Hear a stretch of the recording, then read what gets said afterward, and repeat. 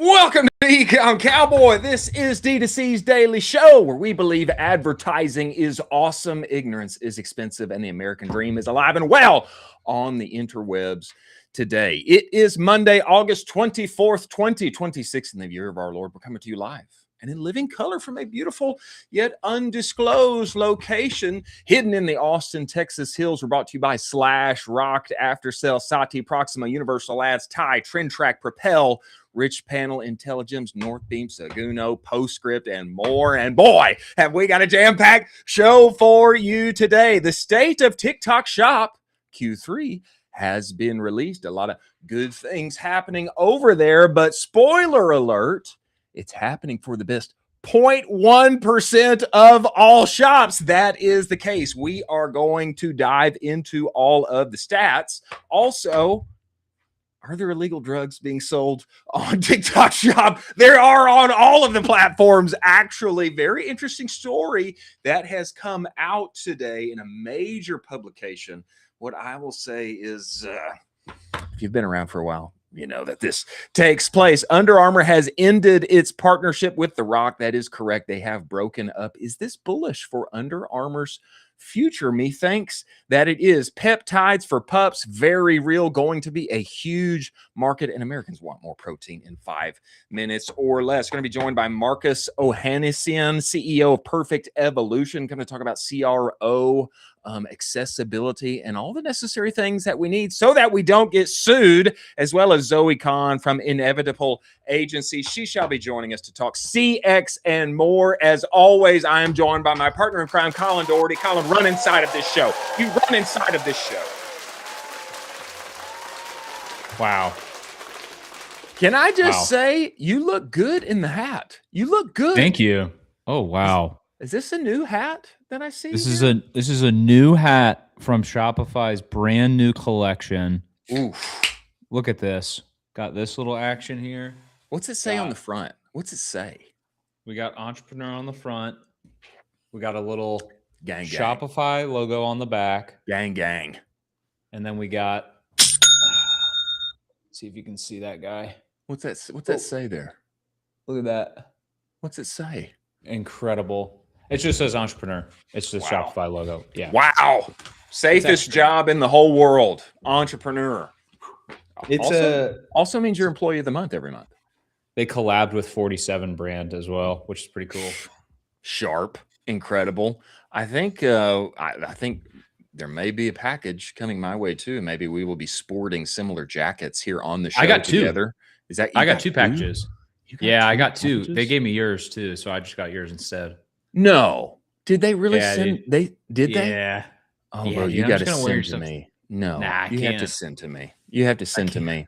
What I got in the mail recently was this sport drink. Oh, this is what flavor did you get? Strawberry lime America time. I have to say, I have not mixed it at all. What I just been doing is this guy. Oh my god, just a little bit of that. Wow, we're talking about a great way to just liven up your palate.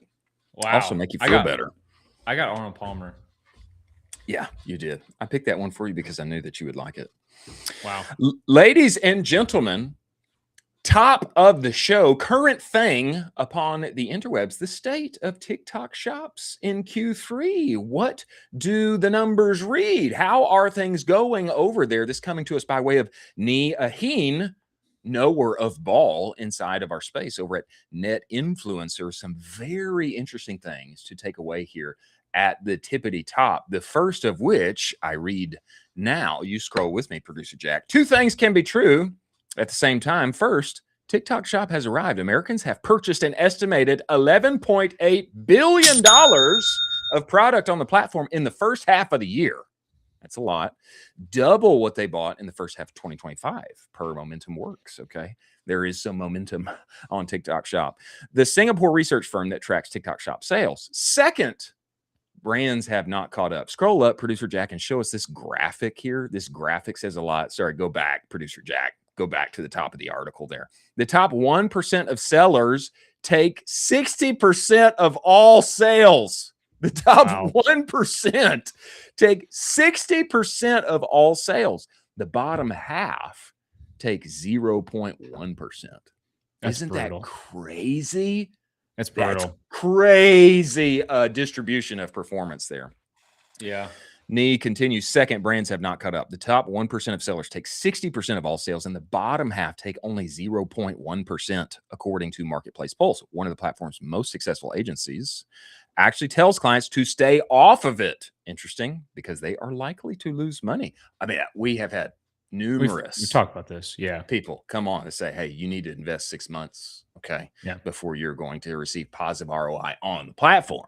Doesn't mean that you won't see positive ROI in other places. When a channel arrives before brands are ready, the result is uncertainty over where it belongs in the media mix and what role it should play in overall strategy. What follows are 7 key observations about the current state of the platform, meant to separate the facts on the ground from the hype, give a marketing leader what they need to decide whether TikTok Shop fits in their overall plan or not. Before we continue here, Colin Dougherty, your thoughts on this, sir? Yeah, I mean, this makes a ton of sense. I feel like this 1%, if Jack, if you wanted to go back up, but that 1% kind of makes me feel like it is the brands that bet super early on TikTok Shop and actually nailed the system, because it's not just like you can fire up some meta ads and just like get rock and roll in the same way with TikTok Shop. That 1% of, sellers that take 60% of all sales, I think that 1% is people that have a full dialed in system for TikTok Shop. I'm talking like head to toe, A to Z, full system that they built out so that they can run TikTok Shop as its own completely viable channel with its own viable team behind it. It's not just an afterthought. These guys are really pushing aggressively to kind of solidify the channel, push the halo effect. And also, they're acutely aware that you need to invest those 6 months, but these guys bet super early on. So they're already, 12, 18 months, 24 months into this thing. So they're way past the 6 months of investment.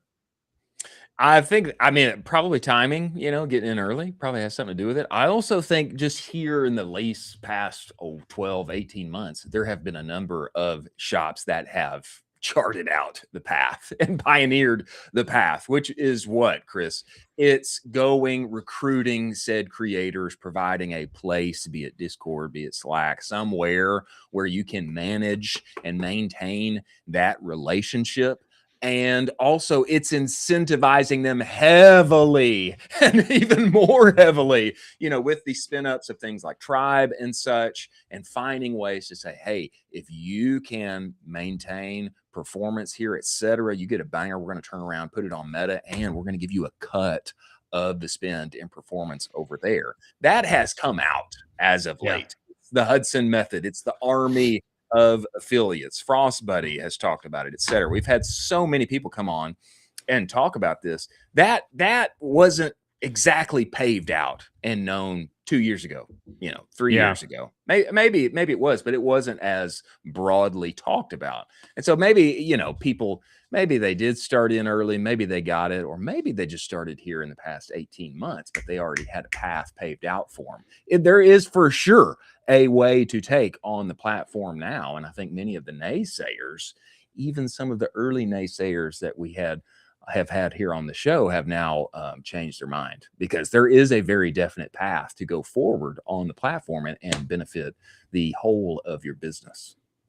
All the top 1% is just only the clients that are of the T-bar guys. It's just like it's like all of them. It's like, there's a common kind of through story to this. What's going on here? Oh, it's all these super cracked out guys that are crushing it. Got it. It's these guys. Everybody that's with T-Bar and Zane. Those are basically those are the top ones. That would be. Oh, did they release this publicly? Is this public info? This is public info. Yeah, you can get a net influencer.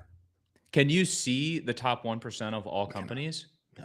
That's what I want. So if you could figure that out and then actually look into and compare it with the T-Bar guys and compare it with Zane and be like, they just make up like most of the top 1%.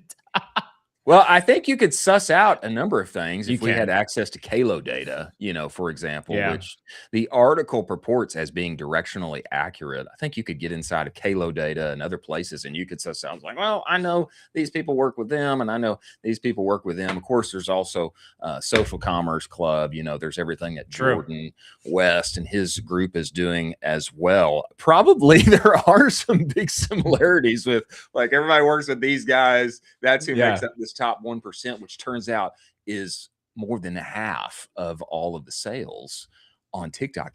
That's crazy. That kind of disparity to me is what's fascinating. And then that makes sense to me. The bottom half of stores make up 0.1%. I mean, there's people who are making a ton and then finding ways to win with Meta on, with the creative and such, and feeling the halo effect on Amazon and in retail and on their .com, etc. And then there's a lot of people who are literally just kind of wandering in the wilderness and not making a dime. It seems to me that this like confirms a number of the narratives that we have had and operators that have come on the show and purported, hey, this is great, but you got to take it really serious. And you got to invest 3 months. I mean, 6 months. You got to really invest when that creator, maintain the relationship with the creator so that you can win the customer. If not directly on TikTok Shop, then other places like Amazon and Meta and more. 100%. I mean, I think that is massive. And also creating a place for the creator to live other than just email. Like this, a big example is the T-Bar guys use Discord. Creating this like very easy to use communication channel. Discord is a really easy one. Some people use WhatsApp. A couple folks use Telegram, but I wouldn't probably recommend that. But you really need to pull that creator away from email and into a really nice owned channel. I can only speak to the experience that Nicole has had being a creator on TikTok. What? That was just kind of slipped in there. Can we learn a little more? You just kind of slipped that one in late in the game there, big boy. Nicole's a massive creator on TikTok, and I just don't talk about it. Yeah, she's huge. Bro. She's huge. She's huge, and like a ton of people have reached out to her, and so I kind of see it from both sides of the story on like how she gets reached out to versus how people are managing like that conversation. And there's been some really amazing like breakthrough brands that have reached out to her that are like, they do a great job with it. Jack, did you know this? Did you know this? I feel like Colin's been like hiding. Yeah, exactly. It's crazy. You've been hiding this. Bro, we have been on here talking for hours every day since January. Yeah. You have hid this information the entire time. The whole time, yeah. There's a sneaky great creator on TikTok and TikTok shops here among us. And I'm just finding out here. I mean, it's almost September. It's nearly fall. Yeah. I mean, she has a couple of videos that have pushed way over 1 million views, and she's cracked. She's cracked out. She's really good at it. Incredible brands she's worked with, like Huggies, La Roche-Posay, some incredible brands. Wow. It's crazy. Well, fascinating. Appreciate you giving us that info. Maybe can we have Nicole on the show? I mean, we should. Is that an option? We should talk to her. We should talk to her about it. Do you think she would be down? Would she be down for coming on the show? She might be. That'd be funny. She might. I have been notified here that we had a few technical difficulties. Why don't we try, Producer Jack, moving forward to stories of the day on our way? A word from our sponsors over at Ty. Play it for us, Producer Jack.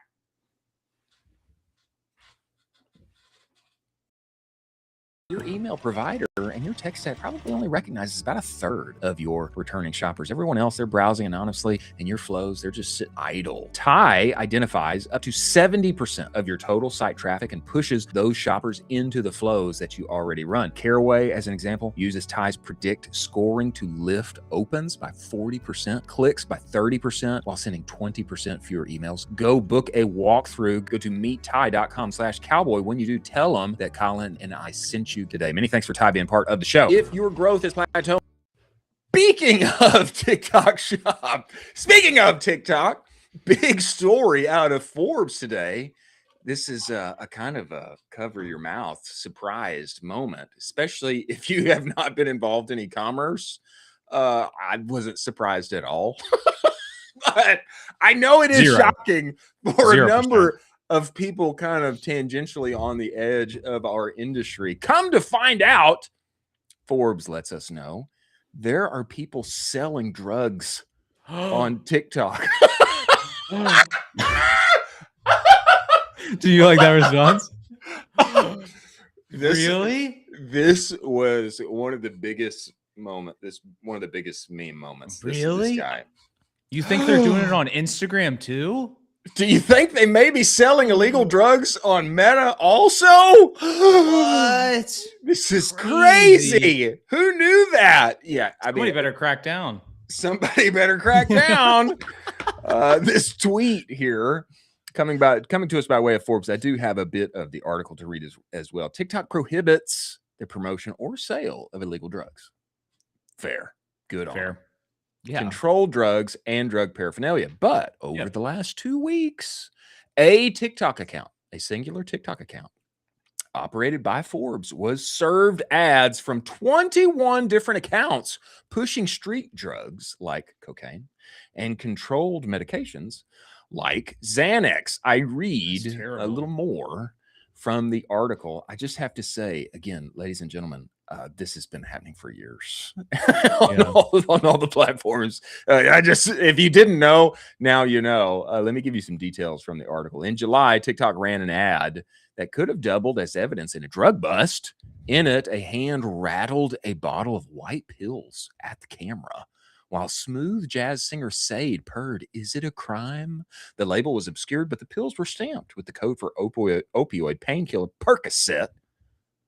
Other videos from the account touted ADHD medication, Vyvanse, and trash bags stuffed with boxes for other controlled drugs that contain the painkiller opium, a Schedule II narcotic, opioid derivatives like codeine, a Schedule III narcotic, and anxiety medication Xanax, Schedule IV benzo, etc. Same TikTok account ran 27 similar ads across the social network in July, targeting users interested in health and wellness, mostly in Germany, the Netherlands, and Ireland.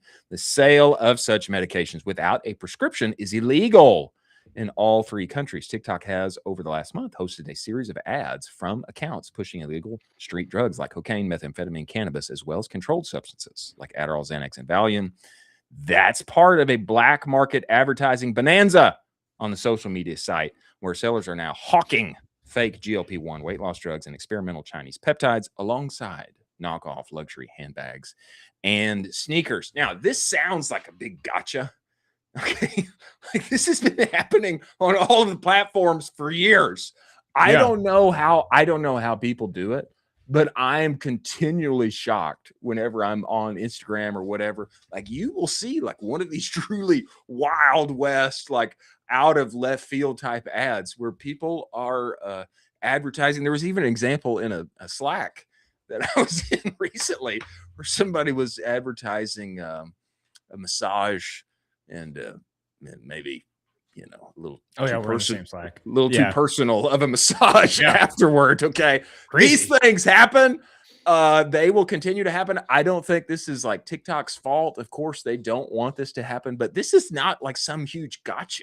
This has been happening for years. I think it's kind of hilarious that Forbes is just now up to date on this. Your thoughts on this, Colin?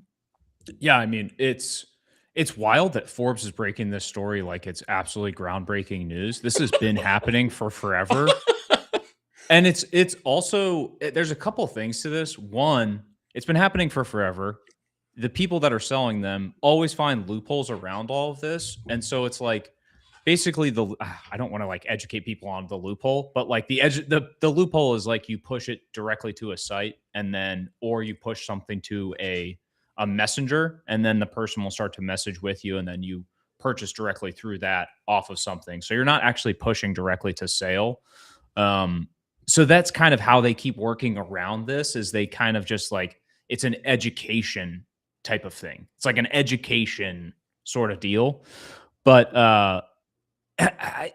it's kind of like heads of the snake, really. You chop one off and then 5 more kind of shoot out.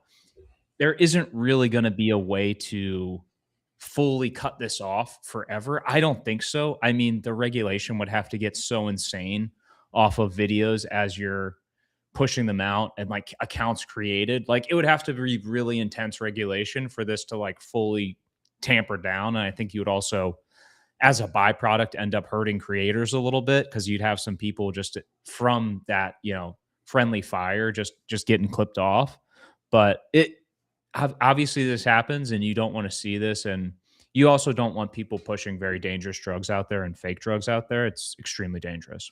It's dangerous. Ladies and gentlemen, the internet is the Wild West. Okay. The e-commerce and the internet and consumer, it is the digital frontier of our age. And what did you find in the old West? You found, you found snake oil salesmen, and you found opioids in the Wild West, and you found outlaws and in-laws and acts of God and all kind of disasters, but you also found generational wealth opportunities and the American dream as well, manifest destiny even. So the metaphor, the picture for what was happening in the late 1800s and the opportunities in the vast West, they are still here and among us, but that frontier is digital today.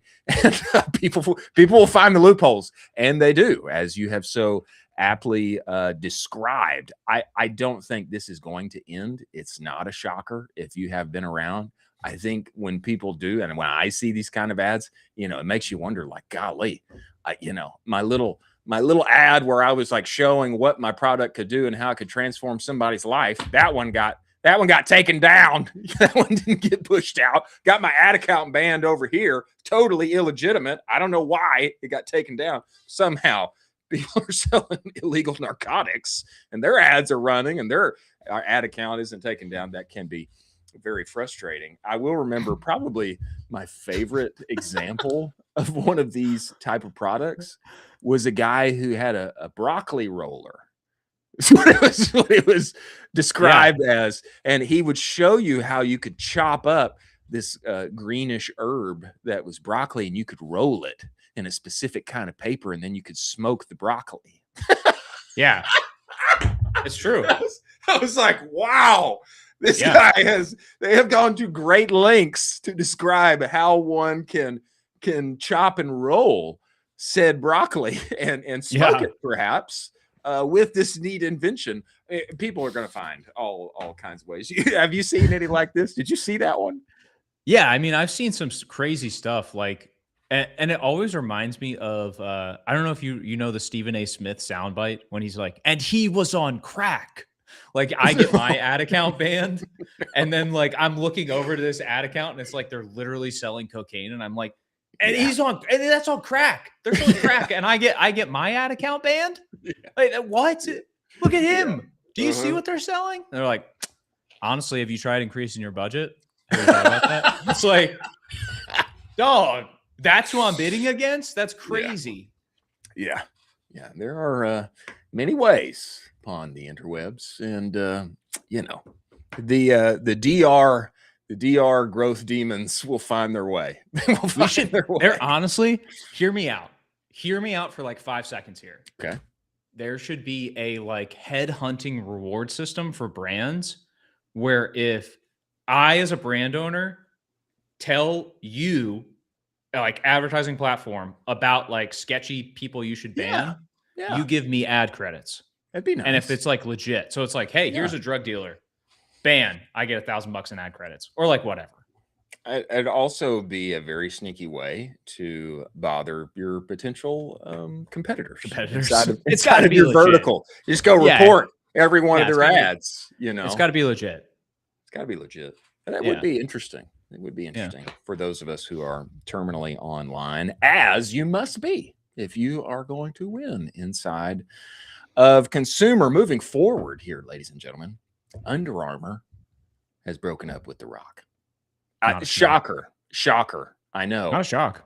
I actually have thought that this was necessary. I have long thought that this partnership, like, does it make sense for Under Armour? Apparently now it is official that this is very definitely over. This article comes to us by way of Retail Dive. Headline here: Under Armour ends partnership with The Rock amid marketing reset. Now, let me ask you this, Colin Dougherty. I know, a difficult question. If you need to do a marketing reset, is marketing working? Oh gosh, definitely not. I mean, this just means a org reset, honestly. If you must do a marketing reset, one could assume current marketing not working. Not good. That is not what CEO of Under Armour has to say, though. That's crazy. He has to say here later on in the article, marketing's fine. Marketing's doing good. Why did said relationship end? Well, it just kind of died of natural causes, is what they are purporting here. I read Under Armour last week lost another longtime brand ambassador in Dwayne "The Rock" Johnson, who announced Thursday that his training brand Project Rock has ended its partnership with Under Armour. Project Rock, founded in 2017, developed an assortment of footwear, apparel, accessories through its relationship with Under Armour. Now the brand will focus on deepening its connection with customers and creating innovative ways for people to discover what training can build within them. I do like this framing, but I think this is a nice way to say, like, Under Armour's done with us. Under Armour said in a statement that the partnership was coming to a natural conclusion after a decade-long run. Quote, as we sharpen our focus, strengthen our core business, we're creating more unified expression in our train categories, spokesperson said. We're incredibly grateful to DJ and his entire team for their partnership, friendship, and everything we've built together over the past decade. We wish him and his team nothing but continued success. This marks the second long-time partnership that has ended recently. Do you remember the first partnership, long time, that ended for them just a few months ago? Do you remember this one? Steph Curry. Yeah. Steph Curry and The Rock now both gone. Steph Curry signed with China-based sportswear company Li Ning. The Rock had this to say: I'm grateful. Epic chapter for Project Rock, et cetera, et cetera. Now we move on to new North Stars, new partners with one intention in mind: deliver for our people, et cetera. Okay, interesting part here. What is Under Armour doing now? Okay, no more Steph Curry, no more The Rock. They have an athletic retailer announced a campaign starring heated rivalry star Francois Arnaud, if that's how you say his name, last month. Decent move. Also, just a few weeks later, announced K-pop group Boy Next Door as brand ambassadors. Okay. Gosh, doesn't make sense. I don't know. On an earnings call with analysts earlier this month, Under Armour founder and CEO Kevin Plank, Kev, my boy Kev, said the company's marketing isn't broken. The company's marketing, quote, isn't broken. It just needs to be better aligned with product. From Plank here, we'll continue to be visible and we'll win with this consumer and continue to bring them to Under Armour. But I'm proud of the way our marketing is working.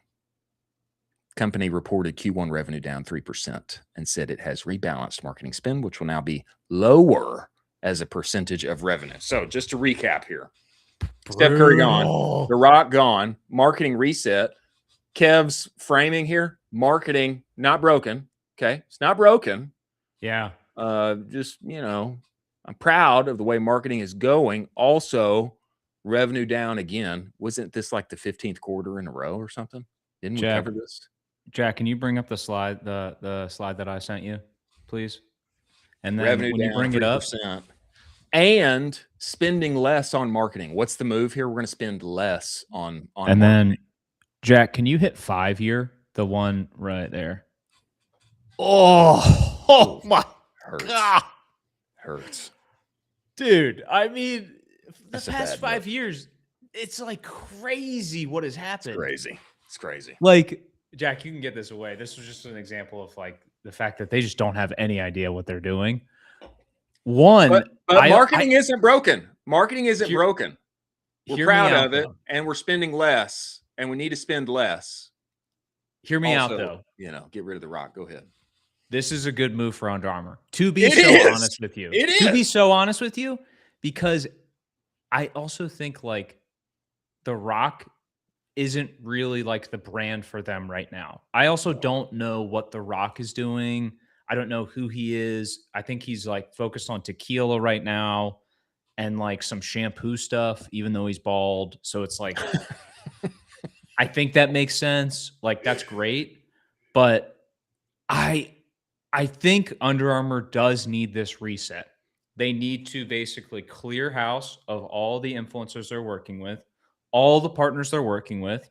That includes Jordan Spieth, unfortunately. They need to clear the whole house. They need to clean house. The K-pop, that's not going to work. That doesn't make any sense at all. Jack's mad at you. It doesn't make any sense for who they are as a brand. Also, the heated rivalry move, they're just copying Peloton.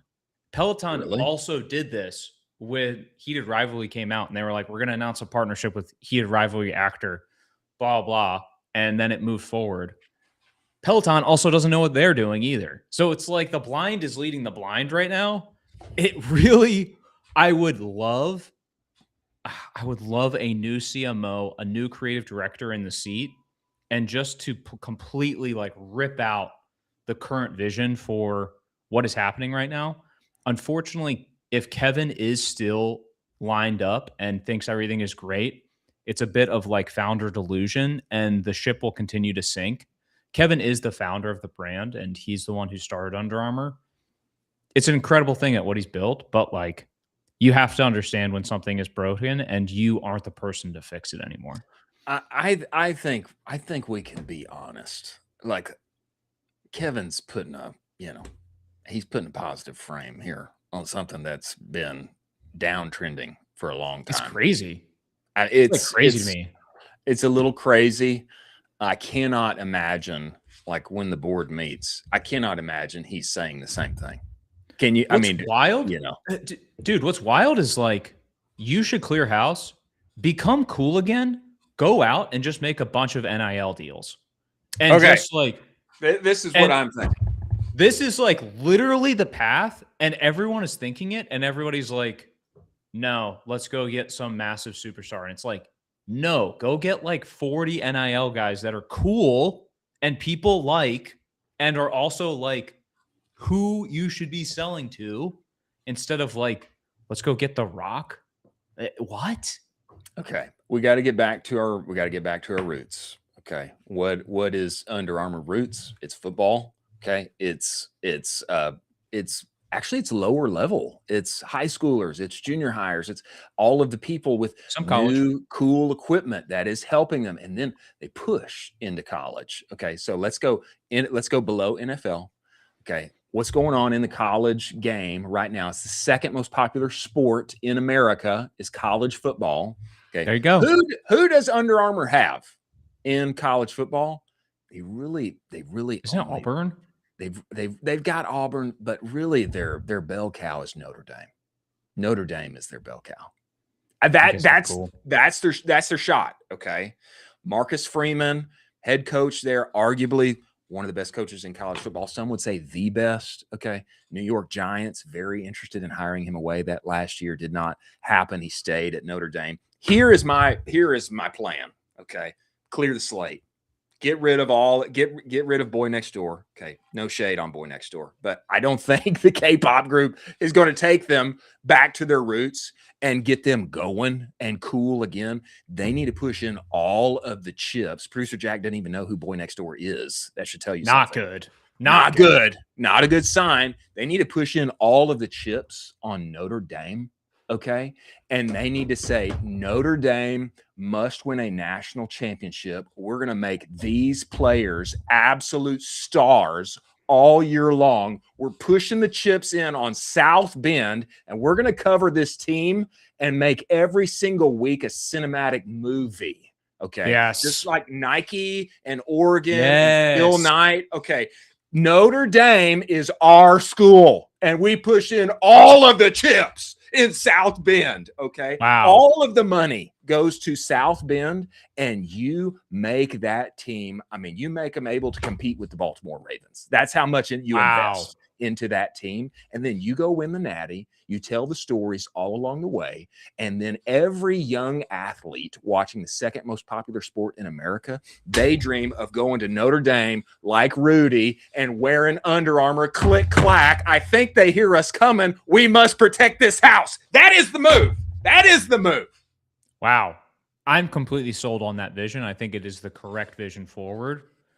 The thing is, will they do it? I don't think so. I think they're going to get too in their ways, and I don't think they're going to do it.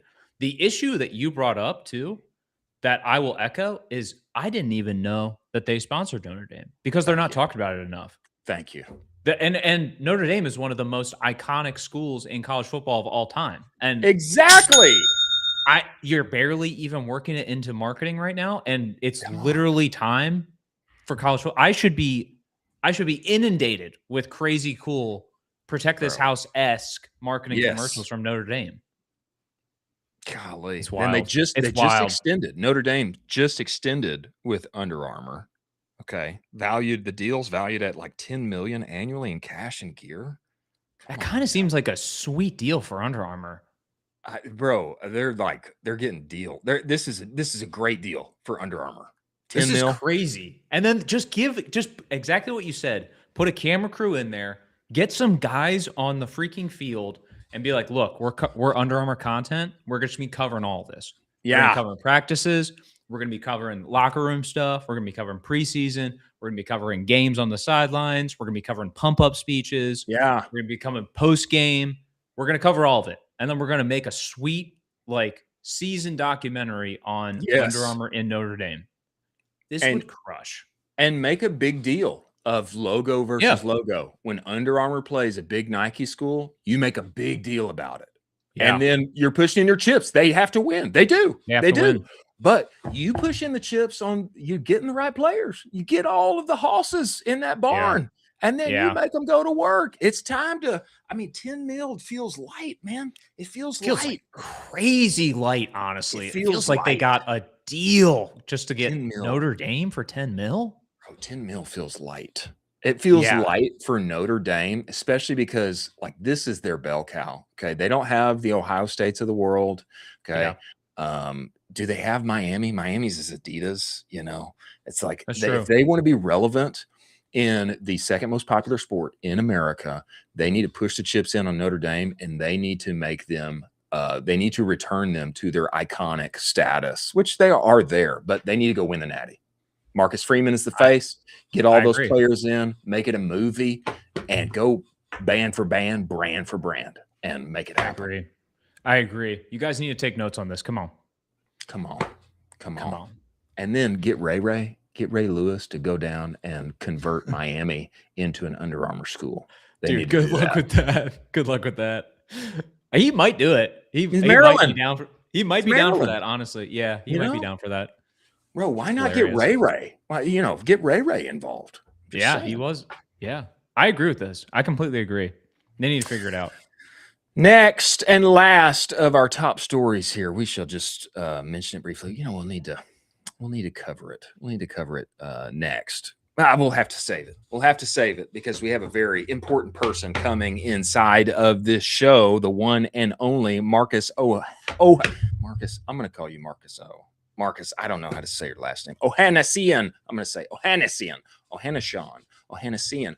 We have the one and only Marcus O, CEO of Perfect Evolution, coming inside of this show to talk CRO, accessibility, and more, how not to get sued, and also how to win in the agentic commerce age with what you do on your website. Before he comes, a word from our sponsors over at Proxima and Universal Ads. Play it for us, producer Jack.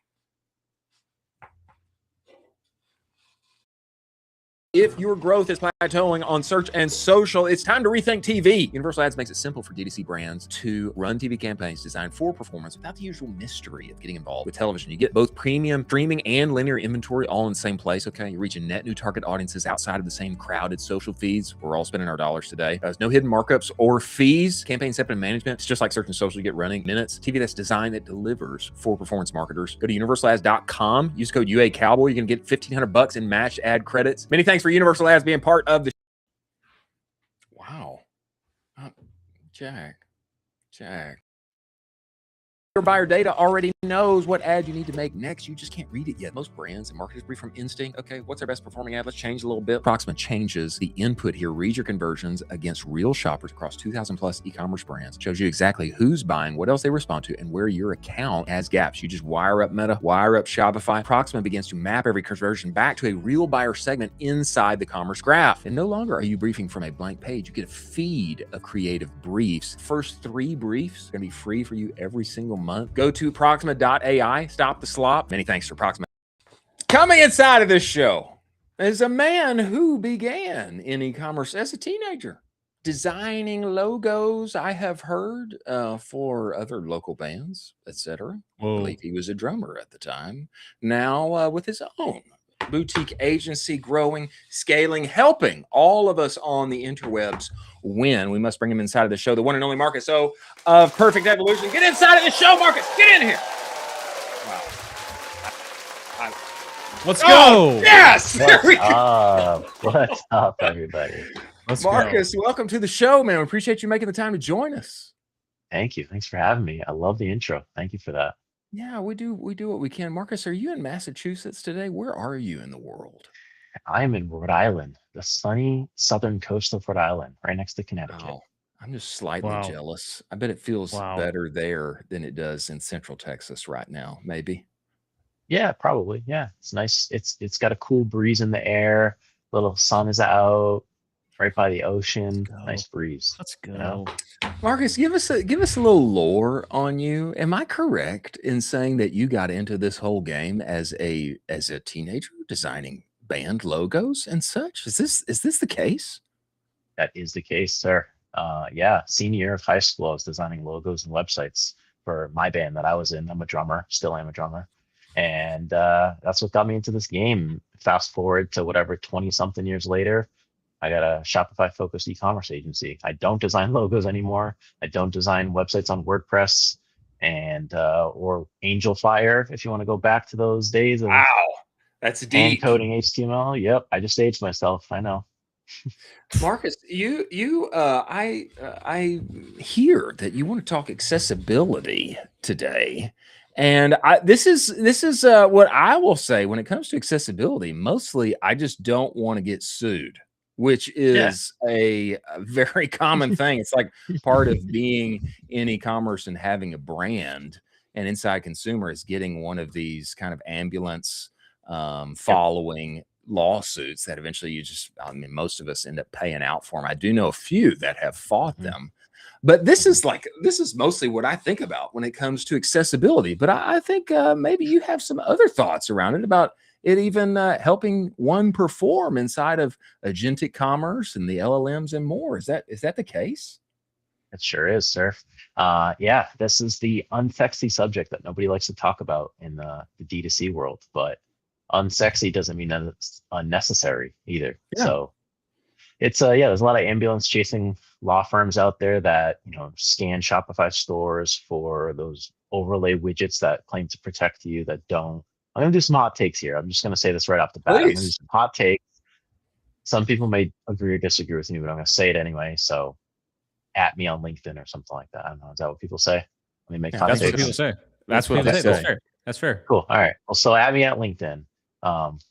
Here's the thing. Everyone's just putting band-aids on their websites with these overlay widgets. They claim to make you legally compliant. And I'll also just say right off the bat, I'm not a lawyer. I'm not an attorney. Don't take any of this as legal advice. Right?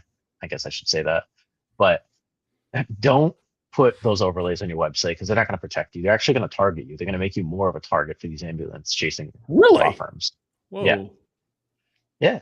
So, I mean... unpack that for me. Yeah. There's numbers out there. So there's class action lawsuits against these companies. And if you want me to name names, I will. But it's a lot of the common culprits out there that you see that claim to make your site legally compliant. They don't. They actually make it to be more work for the disabled user to operate your website, to even open up that overlay widget, to enable the font size controls, the color contrast, the things that make your site compliant. So it's actually doing your site a disservice by having one of those overlay widgets from a user experience perspective, but also a target, lawsuit perspective. There's law firms that literally will scrape the internet for scripts that say accessiby.com, which is one of those overlay companies, or Really? AudioEye, and then they'll just blast these letters out to say, hey, I have a client, they could be just making up the story. I have a client that tried to use your website, couldn't check out. We're going to sue you. And then eventually they probably will end up just settling out of court, whatever it is, they'll take the Always. settlement, but you have to pay some sort of astronomical amount anyway. So Marcus, could you put some teeth into that? Like what amounts are we talking here? Like what amounts are we talking about for a lawsuit that they're pushing out to people? Say I'm just like a $1 million, $10 million brand. What amount are they pushing out to me where it's making me afraid? And also, what amount am I kind of end up settling for? Like this is super scary stuff for honestly a smaller bootstrap brand that's just trying to make it. Yeah, for sure. I mean, don't quote me on any of these numbers, but I'll give you ranges to say that, 50, 60, 70, 1,000, $100,000 is what people are going after. That's terrible. That's Yeah. terrible. And then they'll say, all right, well, we'll take a settlement for a 10, 20, 30K or something like that, a smaller amount, obviously, but that's still a ton of money for a brand that was not planning on spending that much money on a accessibility lawsuit. So you know what terrible. That deserves, Marcus? That deserves a big thumbs down. There we go. Not cool. Not cool. I'm not trying to do that. But the interesting piece to me here, Marcus, is that you're saying some of the widgets that we have been enabled, they're supposed to cure this, keep us, lawsuit safe. Actually, the ambulance chasing firms, they purposely use this. Like, who's using those? Great. I know I've got a winnable case there. They use that to help target. Yeah, it cuts out the work for them. It basically says, hey, here's all the people that are easy targets because they're already using this service that is proven to not make you compliant. And there's a class action lawsuit against one of these companies that they lost to. The company lost the class action lawsuit. So there's lots of this out there. I can share links with people or show notes, whatever, for proof. So it's not just this random guy coming on the show talking a lot of shit about this company. I can actually give you some links. It's literally a little text expander snippet that I have, which is just like a little copy paste tool that I use, that anyone that uses this, I reach out to them on LinkedIn and I say, hey, you guys have this overlay widget. Here's a bunch of proof that it's only a matter of time before you are going to get sued or get a letter to intent, letter of intent to sue. Whoa. I mean, so Marcus, I'm a brand. I'm a little nervous right now. I'm floating between that $5 to $10 million. Could you give me like 3 things that I should be fixing this week to make sure that I am not going to be one of those guys that gets sued? Yeah. So there's a couple different ways to skin the cat. Is that the phrase? Yeah, skin the cat. Yeah, there's a couple different ways to skin the cat. This is very comparable to SEO, AEO, GEO, whatever we want to call it nowadays, where there's a lot of crossover. So the hot take here is like, by doing all this AI discoverability stuff, right? You want to get more visibility into, getting recommended on ChatGPT and Perplexity and Claude and all that stuff.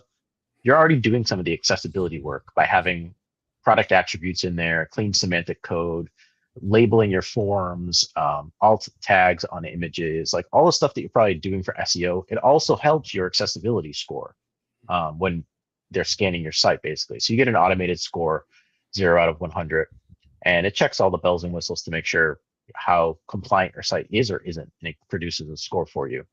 We partner with tools that do that. We'll plop in your URL, and I'm more than happy to do this to any brand that's listening for free, complimentary, to scan your site and give you an output score. It'll say you're at a 71 out of 100, and here's all the stuff you need to fix, basically. I would say start fixing stuff from the source code. Go into your theme files, your Shopify theme files, or find a development agency, whoever, including us, and we can fix it for you. We can add all the stuff that you need to do to fix it from the source, instead of just putting this Band-Aid overlay widget on that's going to cause more harm than good. And that score that you give people, Marcus, is there like a letter or a number where I don't get sued? Like, is there a number where it's like you're very unlikely to get sued if you score above said number? I mean, how does it, or how do you read it? Obviously you want to shoot for 100, but a website is a moving, ever evolving target. So we have a lot of clients that are on monthly retainers with us where we're monitoring their website, and as things get updated, products, content, whatever it is, our tool will flag that and say, hey, you forgot to put an alt tag on this image or whatever it may be. We'll help fix that stuff. So obviously you want to get to 100. I will say that like the name of the game is just showing effort here at the end of the day. So the first thing that I always recommend to brands that I see that get a low score is I say add an accessibility statement into your footer. So where you always see like privacy policy, terms and conditions, return policy, right? Yeah. Having an accessibility statement basically states your intent to say, hey, we're doing everything we can to make our website inclusive for all of the disabled users, people using screen reader tools, whatever it may be. Just put that letter up there, and that just shows those ambulance chasing lawyers that you actually care a little bit. It also gives them an opportunity to say, if you have any issues, reach out to us using this form here on this page, or shoot us an email at customer service. And it shows a little effort versus, hey, don't go to your lawyer and start a lawsuit. So that's the first like easy, quick win. It's just a text page. A lot of the tools and partners that we work with, they generate these statements for you based off of your business and what you're basically want to say on your statement. Generates text, you copy paste it, open up a new page in Shopify, get that link added into your footer. That's like the first easy step to do. You could do this right now basically, and it'll at least kind of mitigate some of it to say, hey, we know, we should be working towards accessibility compliance, and it's a moving target, but if you have issues, hit us up first basically, versus not having anything and not even acknowledging it. Yeah, Marcus, as I'm thinking about all this, is there a tier that is the most vulnerable for kind of revenue wise? Like, are they really going after the stores that are the $1 million stores? Or are they trying to target, once they hit a little scale, it's the $10 million stores? Or are they trying to go after the big boys of like, hey, these guys are $100 million. Let's grab some stuff from them. Where along this kind of, timeline are they trying to target? Honestly, I think it's just all e-commerce Shopify platform based. Of course, like the bigger merchants, you could probably get more money out of, or they'll settle for more at least. Sure. I'm assuming. But I'd say, any website, any Shopify store that's, using those overlays or doesn't have an accessibility statement, or they aren't showing any effort, then they're a target. Period. Wow. So it sounds like whatever the overlay tools are, number one, I need to get rid of them. Sounds like number two, I need to get an accessibility statement in the footer. Yeah. And encourage them, hey, if you have some kind of form, reach out to us, talk to us, etc. if you're having trouble.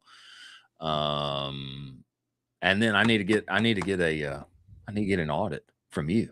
And then so I can get the score and you can show me everywhere where I'm missing. That's my three takeaways here. Is that fair, Marcus? Yeah, that's fair.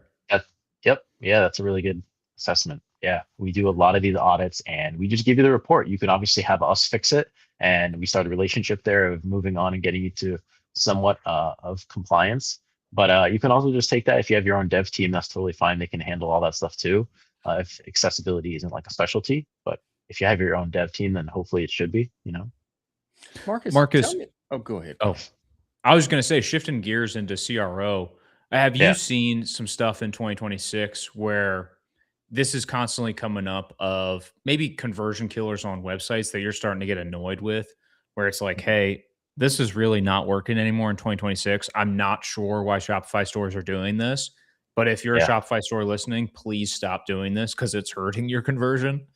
Yeah. I got a couple.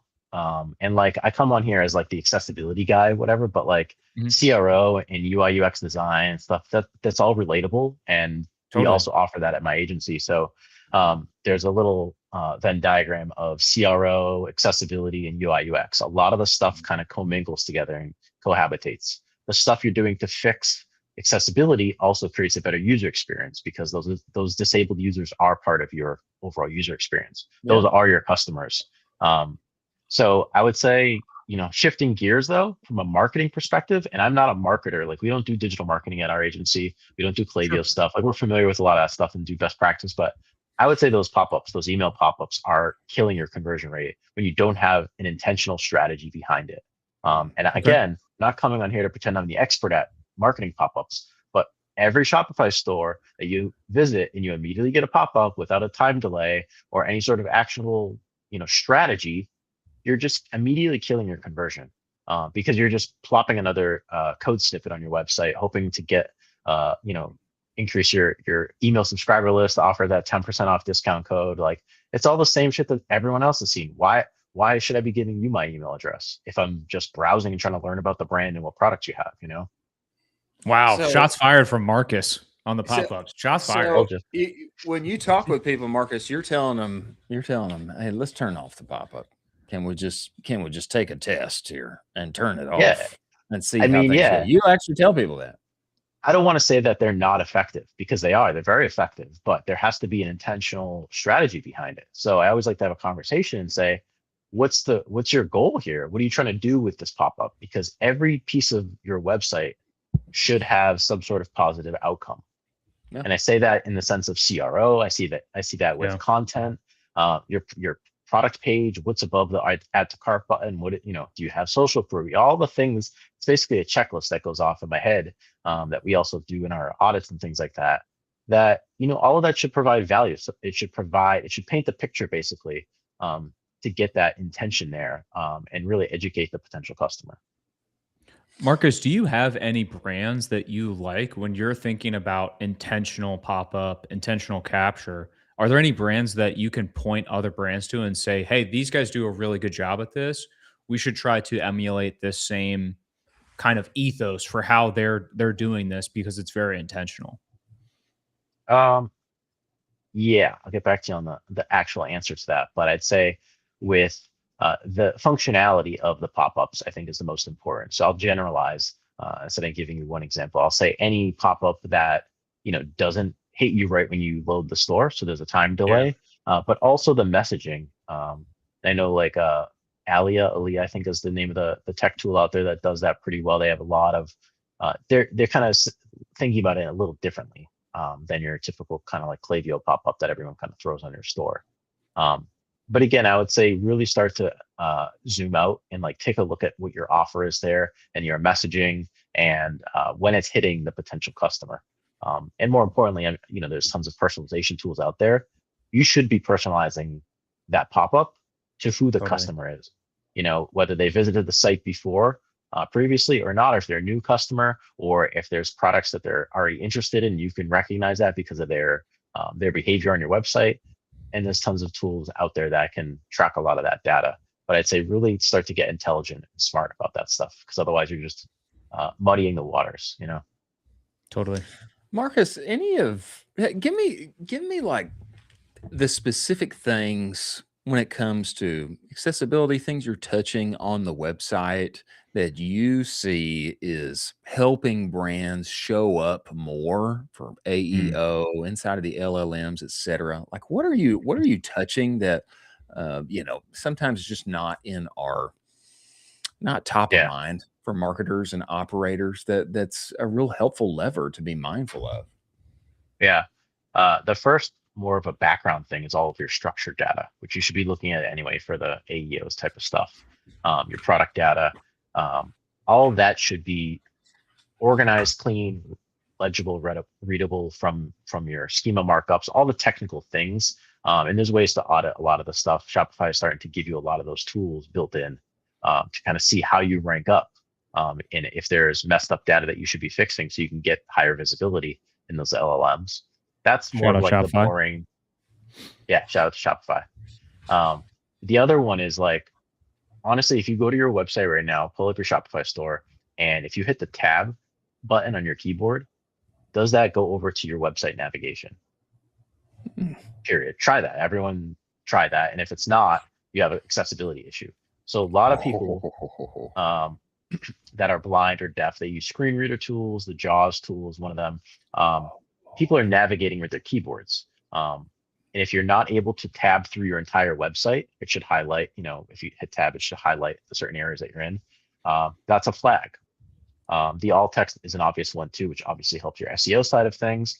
But blind users or partially blind users are using screen reader tools, and they're going to read what that image is. So if it's not a decorative image, if it's a photograph for a product image, for example, you want to be as descriptive as possible, because it's like you're verbally, audibly telling someone what's inside that image as if they're not able to see it.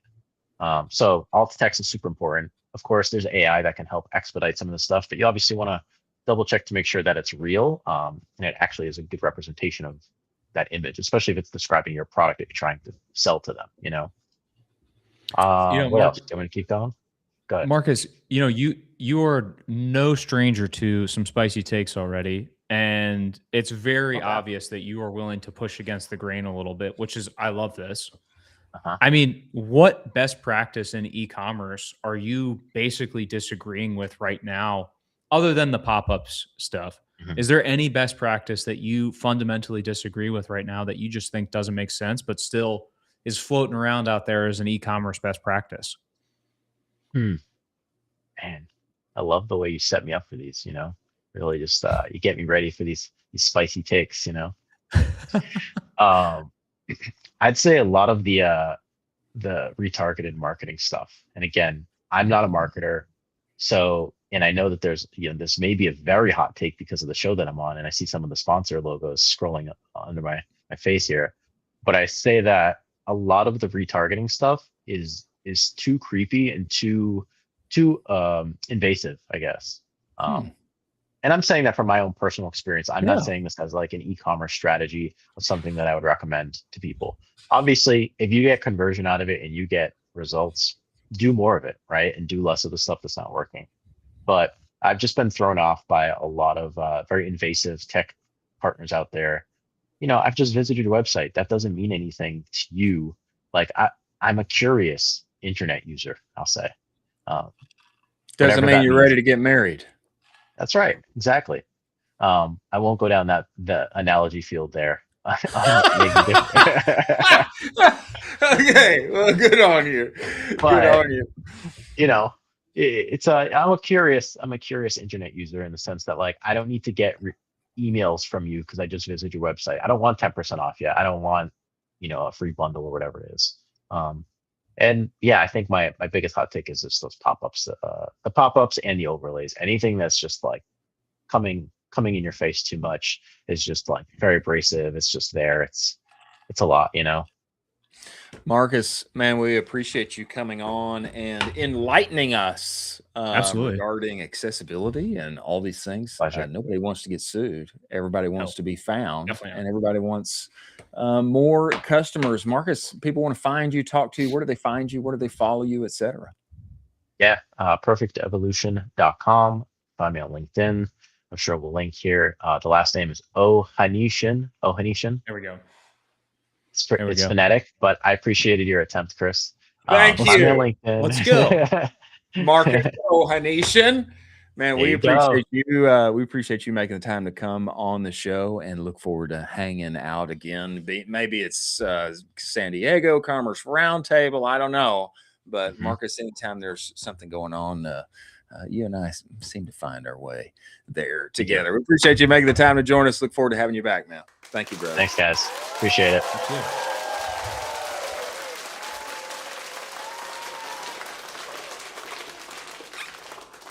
Marcus Ohanesian. We respect guests that also give you kudos for trying to pronounce everybody's name. That's a very hard part of the show that Chris takes under. I just want to say that it's pretty hard because some people don't say their name on the internet, and Chris undertakes this every single day, and he's like, I'm going to dissect this bad boy, and I'm going to figure out how to say this. I'm going to try. And he nails it. I'd say you probably have like a 97% hit rate. Am I 97? Am I? There's a couple you miss where I'm like, that wasn't it. I would hope I've got an 80% hit rate. You're more than that. Correct. No, you're 4 out of 5 times. You think so? Oh yeah. You're more than Jack. What do you weigh on this? What do you weigh in on this? Where do you think I am? Am I at 80% correct? She said 8.5. Yeah, she gives me 85%. 85%. I think you're up there. 85%. Well, we appreciate Marcus coming on. I will Absolutely. say the accessibility piece is fascinating to me, that a lot of the purported solutions apparently that people are using actually exposes them more. That's no bueno. It makes sense. Unfortunately, it makes sense when you think about who's going after them. Because it's like, oh, do I want a curated list of all the people I need to go after? Yeah, it's right here. It's like nightmare. It makes sense too if there's a ambulance chasing law firm out there who has like found a way with a certain tool, and oh, we won that one. Well, great. Now I can target everybody literally It's in the terrible. customer base. That makes a lot of sense. It's terrible. I have to say, probably one of my least favorite parts of our industry is this specific problem. Yeah. It's kind of like par for the course. It's like you're not in the club unless Pro tip. Here's a pro tip that I will drop on everybody here. This is an actual pro tip, and I don't know. You're saying fight it. That's your pro tip? I'm dead serious about this. What you should do is you obviously have some friends that have brands as well. Ideally, you are like all say like all 5 of you are like sharing one incredible lawyer that is like willing to fight this, but he's like covering all 5 of you, so you have like the ability to maybe a little like disperse the costs a little bit more. Well, I don't know. I say this because Eric from Beard Brand, he fought it. And he was like, was that worth it at the end of the day? I don't know. And then I think another one came around and he just paid it off. Yeah. He fought the first one out of principle. Yeah. Second time around, the issue is you also are using all of your mental bandwidth and ability to like move your company forward. Instead of pushing your company forward, you're fighting this like nuisance, which is like not the right move. That's why I'm saying get a cracked out beast of a lawyer that you're sharing with some friends, and they can go after and fight this for you. Well, I hear you. I hear you on that. Another person that we'd like to hear from is the one and only Zoe Kahn, founder over Inevitable Agency, CX extraordinaire, formerly. Is she in the show right now? She's in the show right now. Oh, she is here. Go. She is amongst us. She is with us. She is in the here and now. Producer Jack says, yes, she is. Zoe Kahn, formerly of Chomps, won a CX Operator of the Year award. Pretty nice. Found her way over to be VP of Retention over at Audion Hearing. Now she helps everyone, everywhere, every way with their CX and more. We must bring her inside of the show before she comes inside of the show. A word from our sponsors, ladies and gentlemen, over at Sati and Intelligems. Play it for us, producer Jack. What is the next big idea that could change your business? Is it a price change, adding subscriptions, maybe a new bundle, strategy, or an app? Discovering and testing those high growth opportunities is exactly why Intelligems exists. It's an AI-powered testing platform, helps you find the changes worth making. If you're looking for your next big idea, they have you covered. Go to intelligems.io/audit. In just a few minutes, you're going to have 3 ideas that you can test today. Totally free, AI-powered audit. Go talk with Intelligems. Get the next new big idea for your business. Many thanks for Intelligems being part of the show. Your affiliate program, it looks fine on paper. Commissions going out, sales coming in, but the industry is built on last click attribution. It's an oversimplification of affiliates as a channel. Sati is the first affiliate platform built on multi-touch attribution, cookieless, Shopify native, services who introduced your customer, who nurtured them along the way, and who closed the sale. So you're no longer just looking at a flat list of commission payouts. You have a map of how your affiliate channel moves people through the buying decision. Go to mysati.io/champion/ecom-cowboy. Get 20% off your plan. Many thanks for Sati. Coming inside of this show right now, let's go. The one and only Zoe Kahn. You may have known her as a gaming streamer many years ago. This is an actual thing. I don't know what her game of choice was. Do you know? Fortnite? Was it Fortnite? Was she a Fortnite? I don't know. We got to ask her. I feel like it's Fortnite. I don't know. I'm just gonna I want to say Halo just because I used to play Halo a lot when I was in high school. Halo 1, baby. Halo 1. Get out of here, dude. It's Halo 3 all day. You know, I don't know. I don't know. Why don't we just throw out Call of Duty just because, you know? I feel like we're pretty safe. Like if that covers a lot. Fortnite, Call of Duty. Anyway, we must bring her inside of this show, not to talk gaming, but to talk CX and more. Everybody, welcome the one and only Zoe Kahn of Inevitable Agency. Get in here, Zoe. Get inside of this show. There Let's go. She is. There Howdy. she is. Hello, Zoe. Yes, we can hear. Look at that. Let's hat. go. Very intentional, very appropriate. Oh, how do you sit on chairs with this thing? you got to have a chair basically without a back, Yeah. that reaches up to your neck. I have glass doors in our office, and my office neighbors are actually here today. Yeah. So they're like, oh, she wears a cowboy hat to work. Yes. There you go. Yes, we must normalize the wearing of cowboy hats. I feel we need to. 2026. I feel like is the right moment for us all. It's the year of the cowboy hat. It's the year. Sure. It's the year. Zoe, we appreciate you. Laughs. We appreciate you making the time to join us. I appreciate you guys having me. I loved the guesses of which game. Yeah.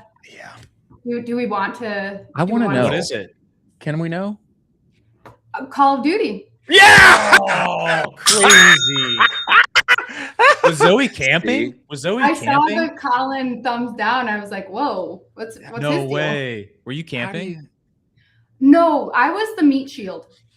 So dang, this is crazy. You I were would be shield? the bait.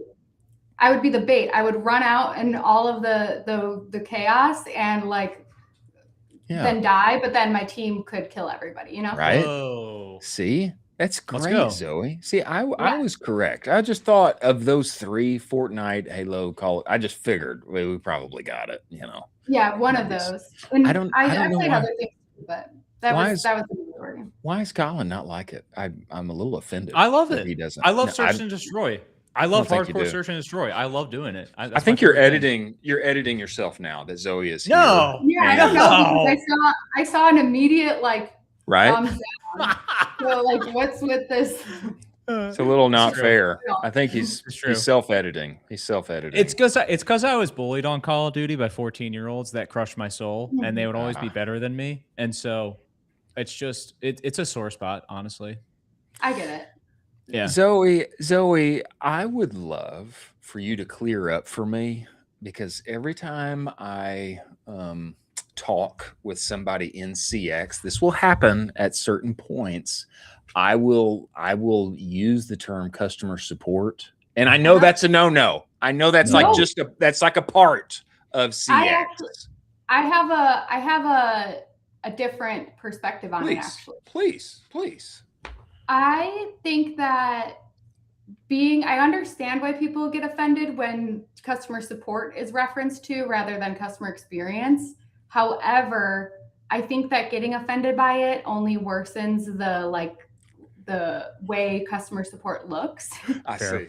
So, customer support is a huge part of customer experience. It's like the first step that you need to master before moving on to anything else. And so I don't mind when people say customer support because it is one of the biggest factors. It's the gold mine that you are able to use to improve the experience. So it's different. They're different. The experience is like everything that a customer touches or sees. So from the site experience to the unboxing experience to post-purchase experience. But customer support is a huge part of the whole experience. And if you don't have that down, or if you're offended that's then it's just so important. And I think that people should level up their CS, their customer support, and talk more positively about it rather than oh, it's just support. You know what I mean? Yeah, totally fair. Zoe, is there stuff where, you're looking at this and you're seeing some stuff from the CX experience from some brands, and you wish that you could kind of tell those brand owners that hey, by the way, your customers actually hate this. You need to change this. Is there things that you're seeing that are pretty consistent trend throughout that are not great within that CX experience? Yeah, there's a lot of things. It was interesting to hear about the accessibility, because when talking about pop-ups, we know that the unfortunate thing about experience in general and having to balance what's a good experience, but then also what works to keep your customers and retarget them. Sometimes they are clashing. Yeah. And so something as simple as an annoying pop-up is not a great experience. And what the biggest thing that I say, and I don't have like one single thing, but the most relatable to all brands is making sure that all of these marketing things don't create friction in the customer experience. So Totally. shopping your own site every time you make a change, and even if you don't make a change, shopping your own site and looking at it from a consumer's eye, or even it's really helpful to have like a blind eye.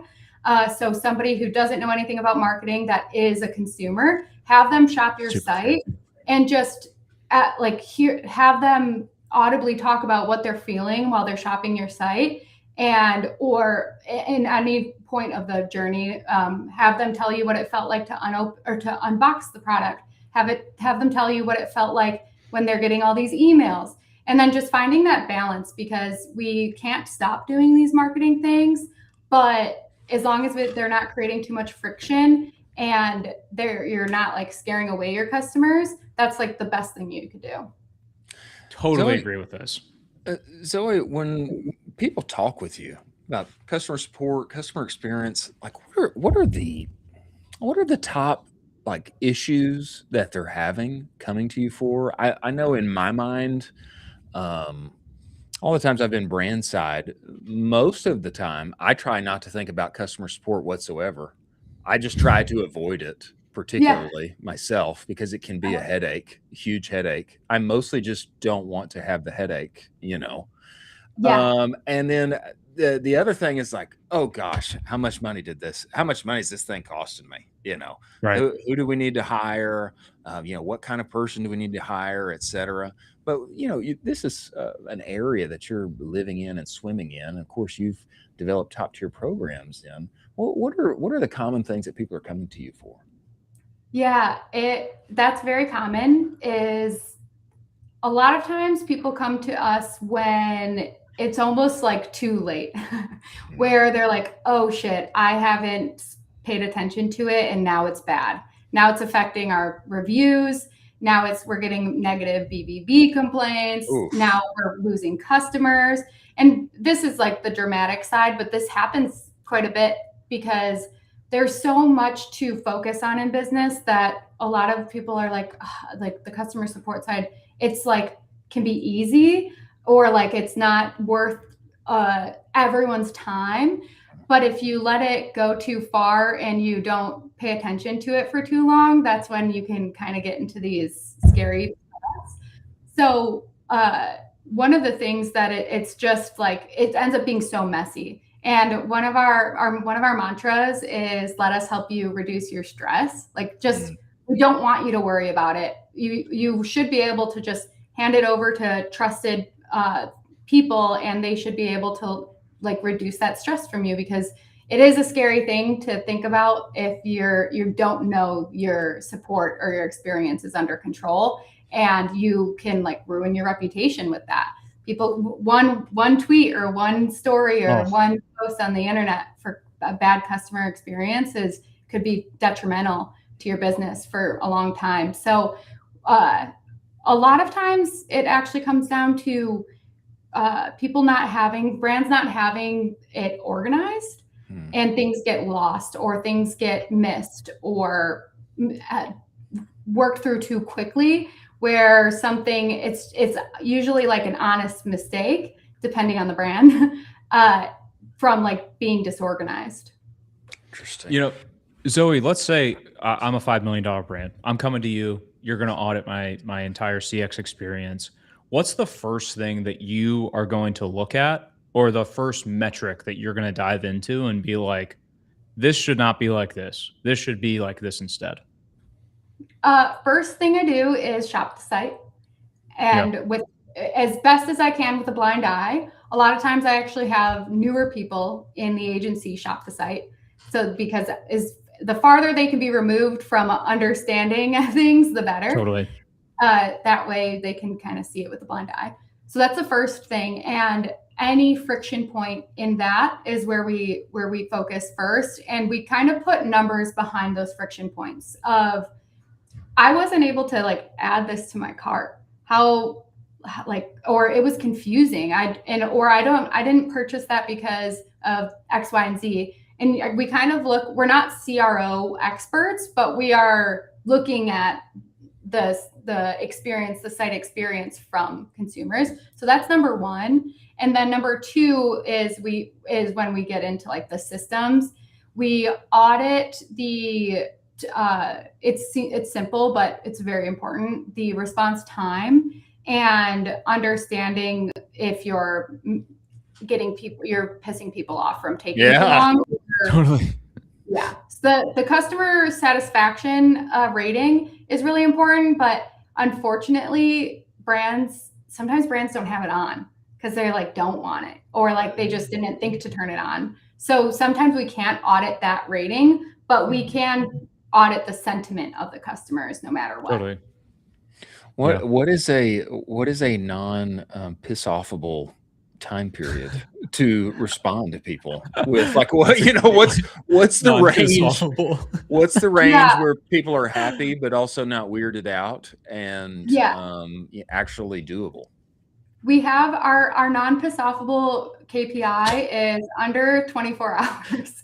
Under 24 hours. 24 hours in one business day. Weekends are kind of okay, but even weekends, some people they don't understand how time works. So we try under 24 hours. Well, you put something in on like a Friday night and you're like, wow, this brand hasn't gotten back to me. It's been forever. And they don't realize it's a weekend. But we try for under 12 hours, and everybody wants an instant response. So anything that you can do instantly with AI and just automations, that's even better. Zoe, I'm thinking about this as like a scale as well. So, when you bring up these Shopify brands, there's brands doing $1 million, there's brands doing $10 million, there's brands doing $100 million. What do you think that brand that does $100 million understands about their customers more than the brand that's doing $1 million that they usually don't? Like, what has allowed them to graduate because they understand their customers so well? A brand that is scaling that fast in a long-term way with like longevity, because I want to differentiate the brands that scale that fast from doing sketchy shit. Yeah. just to put it out there, because sometimes we see brands that are making a lot of money, but they don't care about their consumers, and we're like, this isn't going to last forever. Wow, really? Totally. Yeah, it happened. Yeah, it's the people on Twitter that won't tell you what their brand name is. All right. What's your brand? Wow. Can't tell you. All right, dude. Got it. Those ones. Yeah. Those ones, if you go into their inbox, you're like, oh, you make a lot of money, but this isn't going to last forever. Everyone's mad at you. Photos of Amex cards. Yeah, it's the classic. Yeah.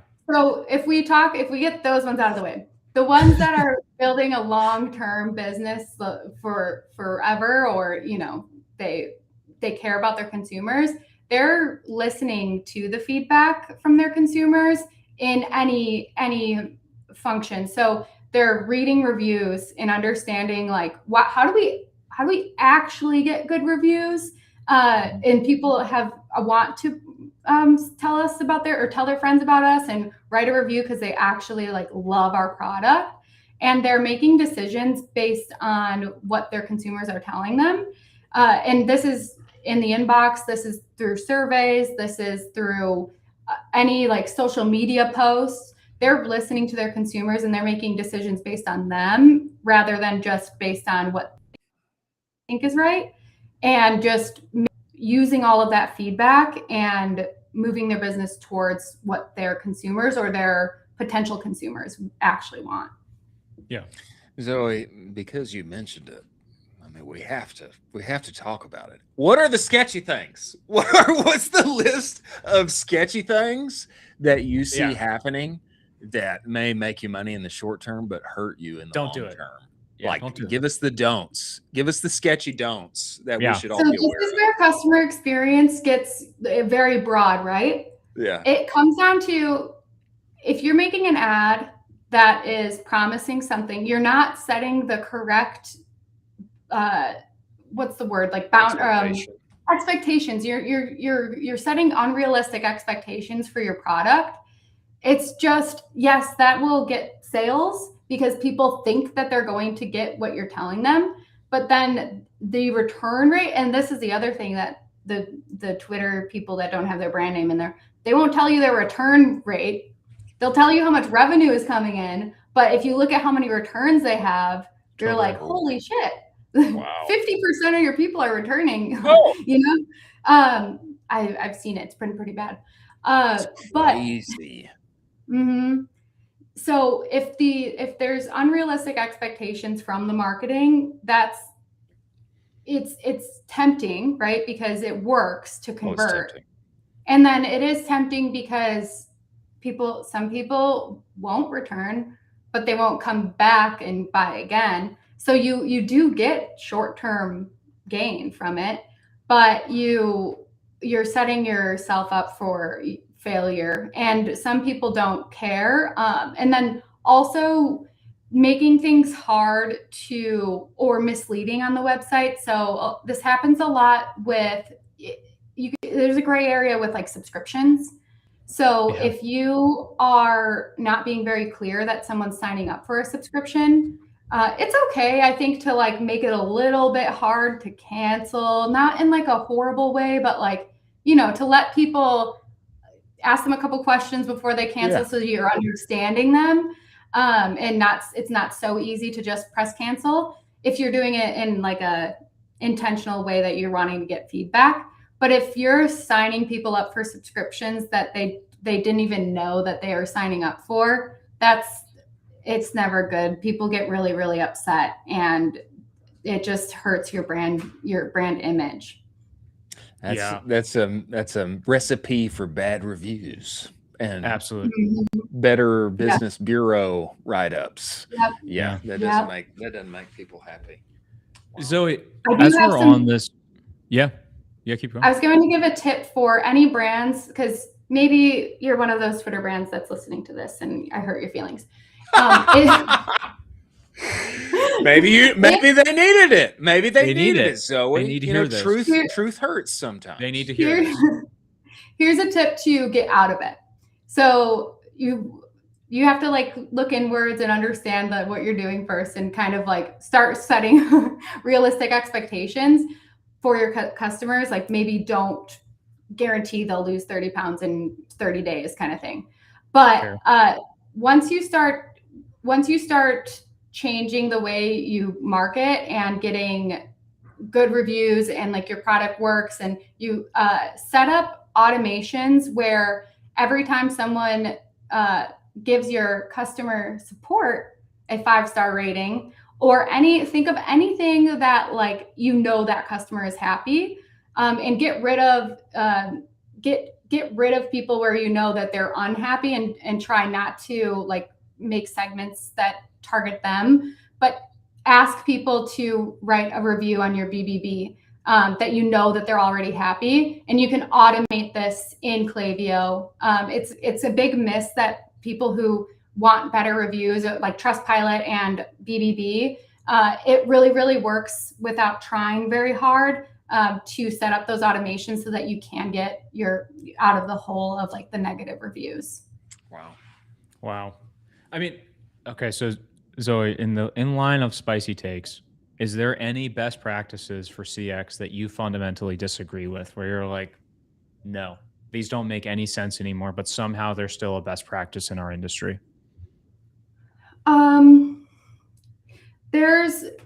There's some like AI stuff going on that it's more so setting up AI, and I'm very, very for AI, but it's not a set it and forget it. So if you set up AI and nobody's managing it, that's when you can get into trouble that way. So it is a best practice to create the foundation, set up the AI, make sure that your humans are doing human things that need to be done, and have AI handle the rest. But it needs to be a best practice that AI is managed just like a human. Totally. Yeah. Completely agree. I think I think anything in our world where you set it and forget it, it ends up being a, oh, what happened? Oh, it's because I didn't look at it for 4 months. Now I have a problem. Yeah. That's a good word. Zoe, tell me this. We appreciate you making the time to join us. Tell me this. People want to find you, talk with you. Maybe they've already gone off the deep end and they do need their Better Business Bureau ratings and such recovered. Where do they go? Where's the best place to talk to you, get involved with you, etc.? Yeah, you can book a call on our website. It's inevitableagency.co, or you can find me on Twitter or LinkedIn. And I know I'm joking around about the bad brands. However, there is no judgment on when you hand over your CX. It's like you're handing over your diary. And so sometimes it's hard for people to hand it over and have someone look at it. And there is no judgment. Like, I think one of the things with booking a call is it's hard because of that. So there's no judgment. We've seen it all. We've seen probably way worse than what you're dealing with, but you do have to get ahead of it for Black Friday if you want to make sure that you're, Good point. Zoe, take some time to clean up. Or if you want to make sure that you get into a good spot before you get to that bad spot of needing cleanup, we can help set those foundations so that you're good to go. Let's go. Incredible. I think everybody should go talk with Zoe. And if you do need to hand over your diary, like, who else would you rather hand it over to? No judgment. Let me help you reduce your stress. It's a judgment-free zone, and maybe even one of the illustrious no shippers will book a call, Zoe, and they'll be like, "Hey, there we go. We haven't been shipping any product to people. I don't get the, people don't like us in the customer. Why are people upset? Support. Why are people upset? Can you help us? Why are Can you help upset? us? I don't get it. Who knows? Who knows? Yeah. Zoe, we appreciate you making the time to join us. We look forward to having you back. Thank you. Thank you, guys.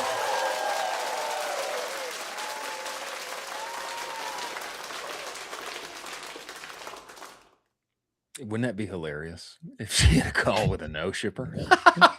For those who don't know what a no shipper is, a no shipper is people are upset. Somebody who illegally never ships your products. Terrible. That is, dude, true black hat crime. Like, that's not a way to win. Okay, not a way to win. I've heard some crazy black hat stuff in that same vein too, that I won't say on air because it's like biblically horrible, but like there's some crazy things people have done. It's the Wild West. It is. On the wild, wild web. Moving forward to some great finds upon the interwebs on our way there. A word from our sponsors over at Trend Track and Rich Panel. Play it for us, producer Jack. Your CX team is buried in repeat tickets that are costing you money. Rich Panel is the AI help desk that fixes this massive headache and automates 70 to 80% of your interactions. You're only responsible for the exceptions. Your team of Rich Panel AI agents has got you on the rest end to end. If you're paying humans $2 to $10 per ticket, you need to see what 30 cents feels like. Ridge did this, cut their cost per ticket by 70%, save $500,000, and 50% autonomous resolution in 30 days guaranteed, or your money back. Go to richpanel.com, book your demo today. Many thanks for Rich Panel being part. Ladies and gentlemen, if you want to know what's really working right now, not what worked 6 months ago, but what's actually scaling on the market today, Trend Track gives you full access to the marketing playbook of any brand in the world. From every Meta, Google, TikTok ad they run to every email newsletter they send their customers, your direct competitors, the biggest players on the market, is all there. All the market data centralized in one place, refreshed every 24 hours. Go to trendtrack.io and get hooked up with them today. Know what's actually working on the internet. Many thanks for Trend Track being part of the show. Great finds upon the internets, my friend. The first of which I would say is a unique form factor, some unique packaging inside the CPG world, specifically for butter. And I would like to get your thoughts on this, Colin Dougherty, as my butter half on this show. This comes to us by way of It's Andrea over at the Snack Shot. She has found organic grass-fed butter that comes up in a sort of twist up stick form. much like a push-up, as hopefully you have had in your childhood, if you remember these kind of push-ups. But I believe this is a twist-up. Kind of looks like deodorant, to be honest. But methinks this could be a very winsome form for just being able to, if it's soft, and I can just, let me just stick on my butter here real quick, stick on my toast, on my sandwich, etc. This could be a winsome new form factor for butter. Your thoughts on this? One, I love the logo. Check out that logo from the rip. Cowboy riding a cow. Let's go. It's got a little lasso. That's fun. I absolutely love that. That's a home run. That's a nice little vibe right there. Two, I completely agree with this. I think this is an amazing form factor. I think it's good if it's like a toe steal. Like if you're, maybe not. Because like you can also still just like twist it off and then just kind of chop a piece off for anything else too. But for your toast, you can kind of do some stuff, maybe some butter. I like this a lot. I think this is fun. And also it takes up a little less room too. I feel like this is a good little vibe. Twist and spread is what the directions. Here's what I like. I like soft butter that's ready to go. I want that thing to ride easy on the toast. I don't want like this cold thing where you end up destroying your bread. You know what I'm saying?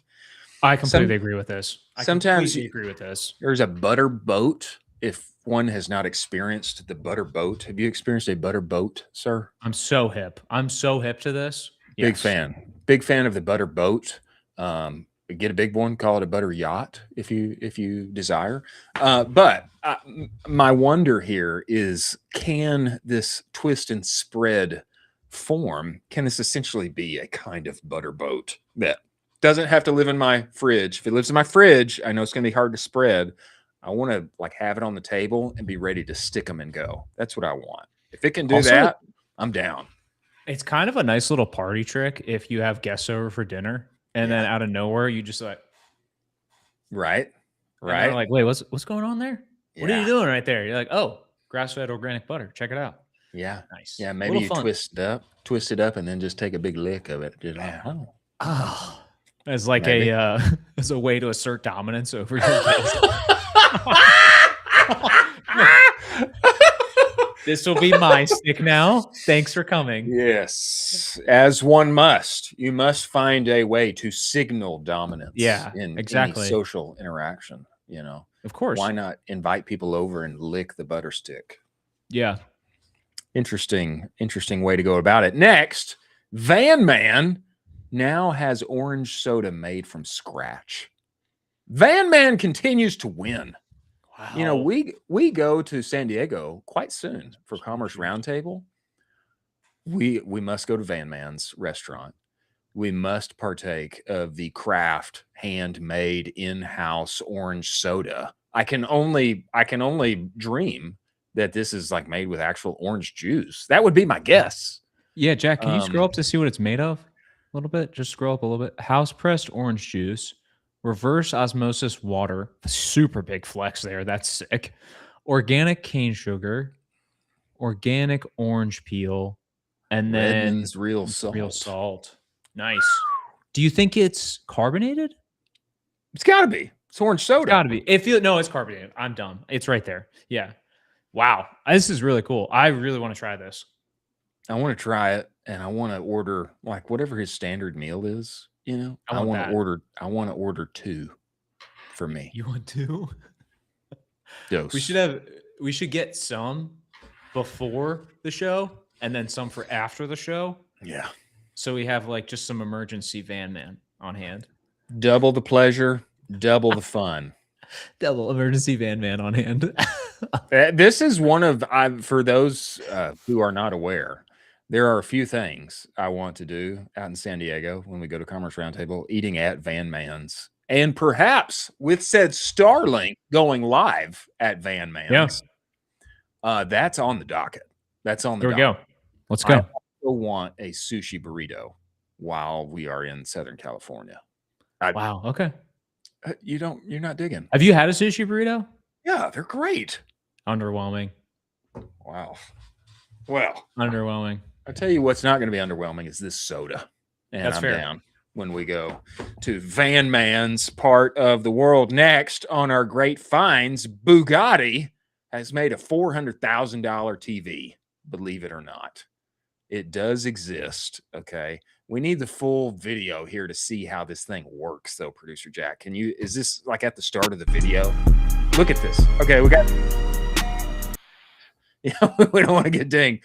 Look at this TV. Okay, this is a TV that costs as much as a home, and it pops up. It unfolds. Is this necessary? No.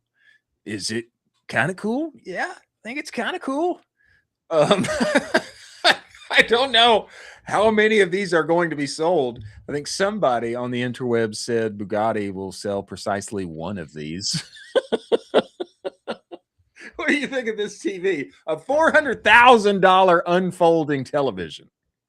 I just imagine, you got a guy over to watch the game. You got some friends over, and they're like, "Oh, dude, turn on the TV." It's like, "Oh, hold on, let me activate my casket-like TV first to levitate from the ground and open up." This thing is an absolute gigantic waste of money. I also, and I know this is going to sound so weird, I don't understand Bugatti. Like, I don't understand the appeal. I don't think it looks good. I don't understand the price. I mean, maybe like some people love it and it's like cool, but I just like totally do not get it whatsoever. Like, if I'm at that level, there's so many other cars that I'm purchasing other than that. It's just like, it's like, cool, you have a Bugatti. Great. I don't. It's a car. They make cars, correct? Yeah, they make cars. They're supercars. Apparently they're getting into the TV game, which is terrible. Interesting. It's I don't know how many cars they sell, but however many cars they sell, I think they're going to sell a lot fewer TVs. Moving forward, on the other end of the spectrum, Japanese fire truck. Would you like a Japanese fire truck, Colin? So sick. So sick. Love a Japanese fire truck. This comes to us by way of Land Force. He has this to say. Okay, my neighbor has this retired Toyota fire truck imported from Japan. Super low miles, only used in emergencies, maintained by Japanese firemen. All-wheel drive diesel. It's just a 1995 4Runner on the inside. Was $13K all in with broker fees. They have tons of different configurations you can do too. It is insane. This was a response to the tweet Dennis Hegstead put out about these said trucks. This thing is gas to me. This is sick. I would love one of these. I wouldn't even mod this. I'd keep it as a Japanese fire truck and drive it around. Right. I drive it around unironically because it's sick. It's so cool. Also, crazy reliable too. It's Toyota guts. It's been maintained, and it's basically a Toyota 4Runner on the inside. So the UX experience is like pretty standard issue. I would think it's been around for 30 years. Let's say it's like, super low mileage. I don't know. What's super low? Is it 50,000 miles? Something like that? You guess? 60? 70? Yeah, low miles for this is probably 30.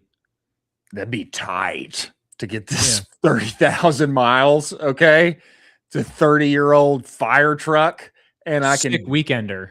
I can bebop around the neighborhood in that guy. Imagine like hooking that thing up and like having my kids roll out the hose and like spray each other with it.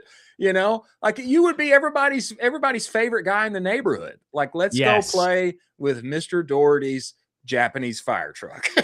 Yes. Also, this would be great. Also, people are going to get out of the way for you too, because they're going to be like, wait, what's going on here? I feel like it's an emergency vehicle that I don't know about. Exactly. I got to get out of the way. Fire up the lights. Let it run. Yeah, you're going to get to places quicker too. So I'm a huge fan of this. This is hilarious. And for $13K and I can get a sick truck. Who else has a Japanese fire truck? I don't know. Exactly. Yeah. That's cool. I would rather talk to the guy that has a Japanese fire truck than a Bugatti. And imagine rolling up to the like Toyota dealership, Toyota Care Center. No, the Toyota meetups. People are rolling up with like their souped up Toyotas and like you're like, what's up? You're rolling up in your fire truck. Yo, Yeah, baby. yo, come over here. I'll hit the horn. Come over here. I'll hit This would be like a real. It's an attractor of eyes. You know, you're going to be everybody's favorite guy. You're driving around Yeah. a 13K Toyota Sick. Japanese fire truck. Yeah, definitely not your regular vehicle, but your weekender. That's the Yeah. move. This is a Great cool weekender. Great weekender, and perhaps we'll see a few in the United States and beyond. Surfaced here by the one and only Olivia Corey. She says, "What a time for dogs to be alive! A perfect dog gift." This, I think, Dude. Sully for Sully. Okay. Look at this. I thought about this for Sully genuinely. I don't think he would allow it. You don't think he would get strapped up for the automatic massage? He hates life vests already. He despises life vests, absolutely despises them. So you want me to put on him a life vest like thing with hands that move? He's going to try to just gobble these up. You're going to try and eat them? Yes, dude. He's going to try to eat them and bite them and just like rip them away. I was convinced that this was not real. I could see it being real. I assumed like this is an AI ad. Okay. No, this is real. No shame in the AI ad. But I did go look up the website Pawnestify. It is real. It is real. I looked at they have a few products. Okay. The big one that they're pushing is the calming massager. I don't know if I trust. Like, is this thing gonna work? You know, I don't know. But you can purchase it. One for how much would you guess? How much is this baby rolling for? Ooh, $120. $54.99. Yeah. If you buy two, you get one free. If you buy one, you get one 50% off. That doesn't quite make sense. That doesn't make any sense at all. That doesn't quite make sense. But anyway, and you can choose either black or green. I don't think I'm going to be buying it.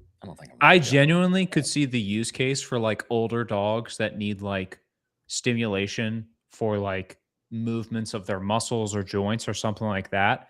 I could see you kind of making the use case argument there. But like, I don't think a super energetic young dog is going to allow this. It actually made me a little sad. It made me think like, you could also just pet your dog. I should just be petting my dog. You should also just pet your dog. It made me a little sad, you know, to think about, I'm going to strap you up with this thing so I don't have to touch you anymore. You know, it made me a little terrible. Sad. That's terrible. A little dystopian. It's kind of how I felt. Like, I'm going to strap my dog up with this thing so I no longer have to, be in physical contact with it. It's going to save me. It's going to save me massaging my dog. That's no good. I don't think I will use it, but I do find it very interesting moving forward, ladies and gentlemen, to watch and react. An offer too good for one to refuse. We shall see on our way there. A word from our sponsors over at Rocked After Sale and North Beam. Play it for us, producer Jack. If you're getting 5,000 orders a month and you can sprinkle in $3 to $4 extra on each one of those without touching your ads, wouldn't that be nice? Yeah, it would. That's what brands like Olakai, Cozy Earth, Groove Life are doing with Rocked After Sale every single day by adding post-purchase upsells and downsells from the cart through the thank you page and then stacking an extra 30 to 50 cents just by showing offers from Disney Plus, HelloFresh, Venmo, etc. It's high margin revenue straight to your bottom line. You can be live in minutes. Go to aftersale.com/offers. Truly a no-brainer. Many thanks for Rocked After Sale being part of If you're in the ads manager all day long, you know the problem. Every platform takes credit. Every dashboard tells a different story. Meta says this, TikTok says that. Shopify says I made this much, I spent that much. Sometimes it's hard to know which ad platform is telling the truth. Northbeam fixes this with their own proprietary data. Starting from the actual purchase, rebuilding the customer journey from real orders, real clicks, real verified ad views, and then pushing that measurement back into the ad platform so they optimize on what's actually driving your revenue, not what those platforms assume is driving your revenue. Start measuring what was previously unmeasurable. Go to northbeam.io, book your demo today. Many thanks for Northbeam being a deep clean. You love a deep clean for $10,000, huh? You love a deep clean. I love a deep clean. And I have to say, a lot of reaction on the timeline about this right now. Here's my point though. A lot of us are scared of I don't want to offer too much, you know. I don't want to put out an absurd price because nobody will buy it. When I first saw this deep clean of my house for 10K and I saw the details of what he was doing, I said, oh, I think I put me in that camp. I'm ready for one of those. I mean, the fact is, like, there is a buyer segment for this. There is. And, Okay. you know, you could offer for $500 or you could offer for 10K. I think that this guy's going to have a lot of business. And I think that people should watch it. And Let's we see should it. react. Why don't you play this sound on, Producer Jack? We may have you go sound off at a certain point. But go ahead and play this for us.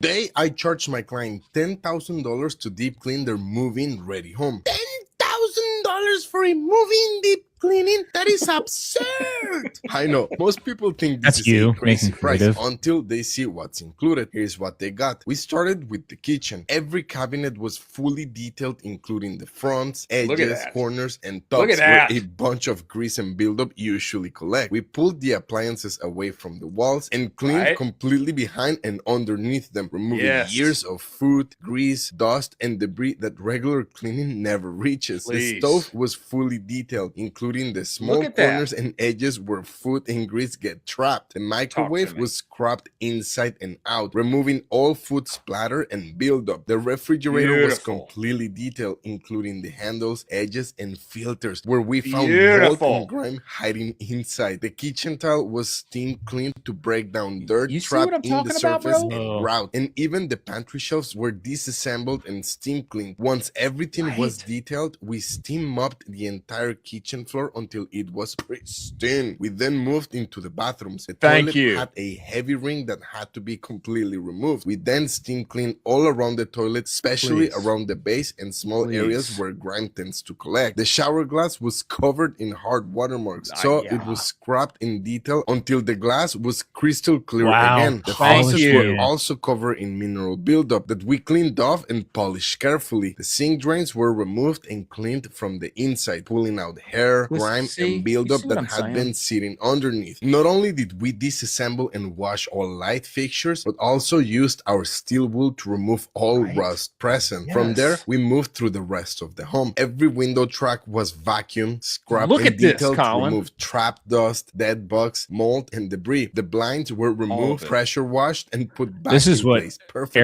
Airbnb Baseboards owners throughout are- the are entire telling you home they're were doing for that scrubbed cleaning from fee. end to end. Every door was completely scrubbed and wiped down. Not just the Okay, handles, you can but go the entire volume off surface, here, Producer edges, Jack. and frames. The air But let the video continue to play. The detail, the amount of crazy. detail that he's It's going crazy. into here. Yeah, like it's crazy. At first listen, I know it's like, oh, 10K, golly, who's this guy think he is? But he keeps going and he keeps going. Yeah. He keeps going. Entire You see all house. the detail. To And me, garage. like, this is a great deal. It's exactly what I want to happen in my house. Yeah, I also see a use case for it for people that are trying to sell their home if it's a really high ticket home. So like before you have that open house, you maybe get this guy to come in there and just polish that bad boy up. Yes.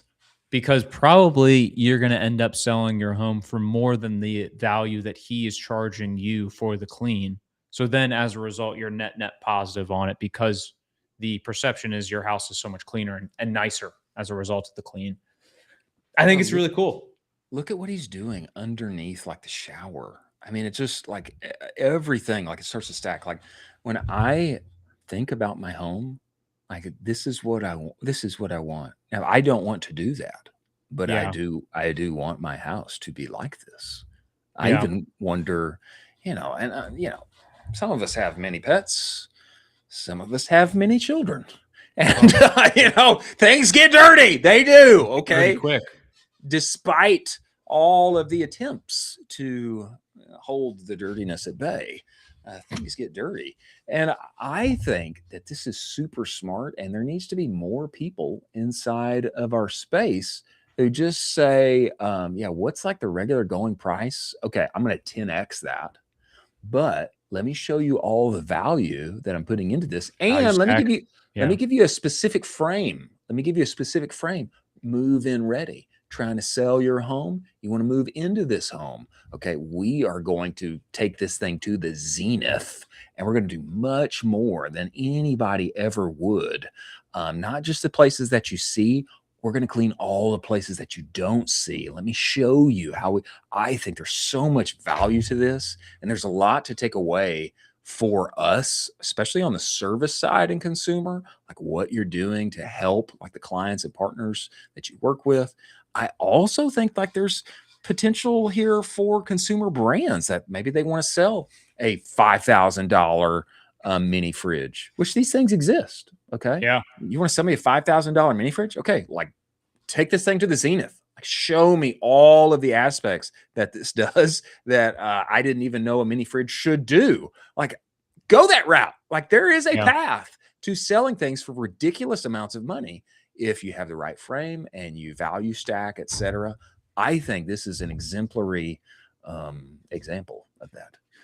I'm a sicko. I want to put this guy into a hoarder's house, and I want him to make a before and after video for me so badly. Yes. And just be like, hey, we purchased this hoarder house. Here's you going in and like that. And it's like you see the house now. Like you can actually see the floors. It's beautiful.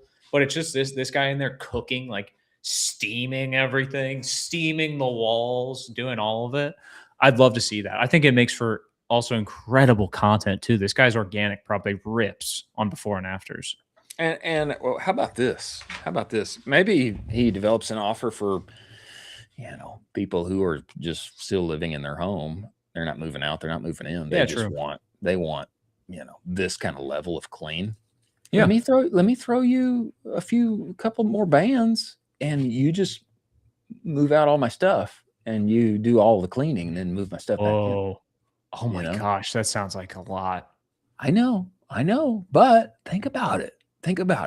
Move all the stuff out of my house for how long does this clean take? Is it 8 hours? Is it a day? Is it 2 days? I don't know.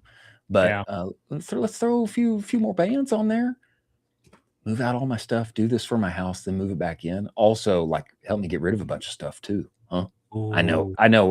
We're like scope creep now, but I am just saying. I think there is a market for this. That's fair. I completely agree. This is a good one. Very interesting. Moving forward, ladies and gentlemen, to our words of wisdom in our closing time of today's show. On our way, a word from our sponsors over at Propel and Seguno. Play it for us, producer Jack.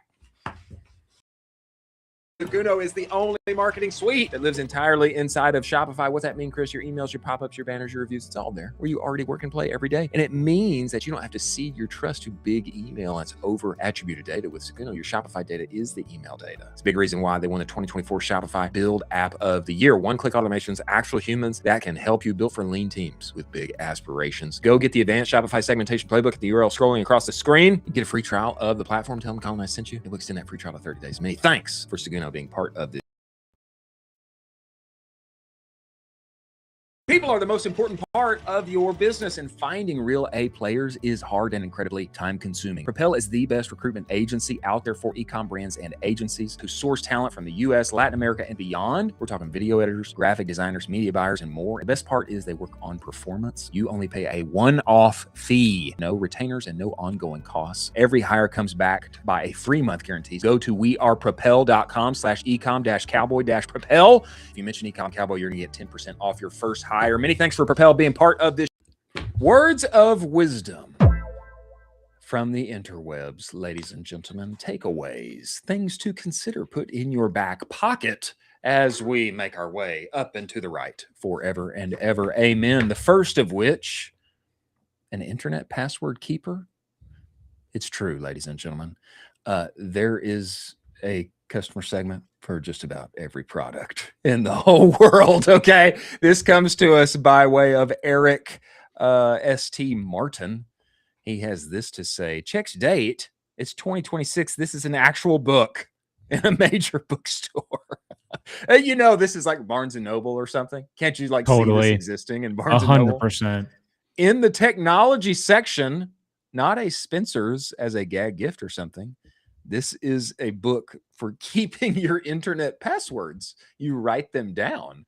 And actually, I think I could see this being like a, like a very valuable gift for the boomers. You know, my point here is like there's probably a customer segment for everything. That is my point here. Your thoughts on this, Colin Dougherty?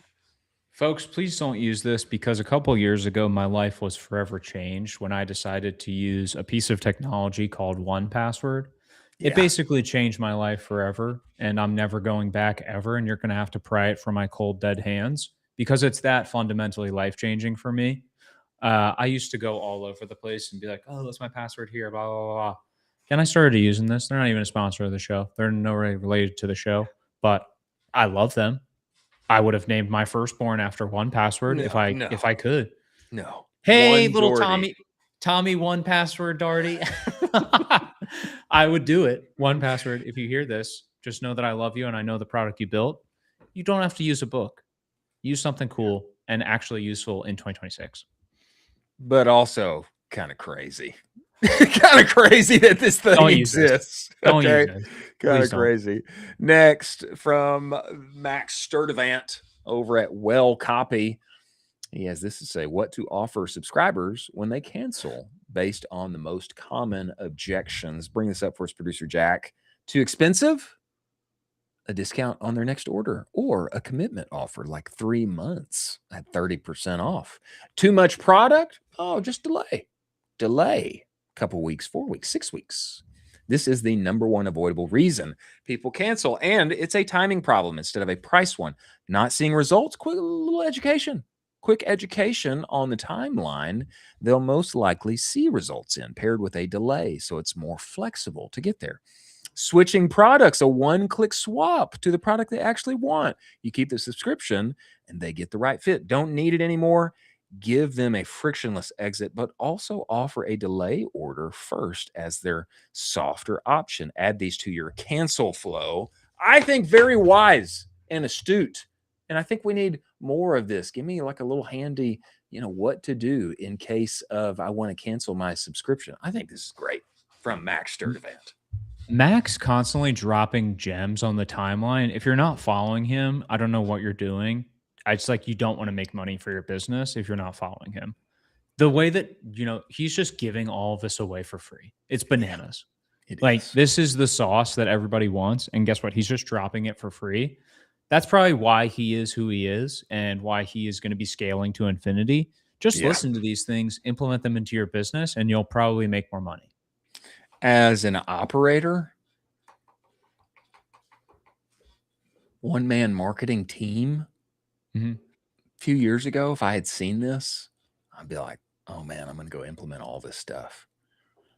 Once you get busy though, too busy as a brand owner, etc., what I see is like, oh man, that's great. Please let me just hire Max to do this. That's what I take away. You know what I'm saying? 100%. All the knowledge bombs, the little quick, hey, do this, do that. It's like, oh man, that's really smart. Like we should just hire this guy. This guy 100%. Should do it.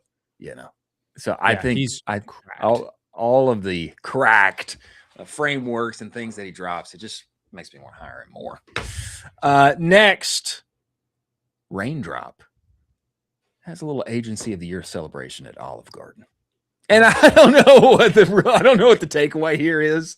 Other than I think this is awesome.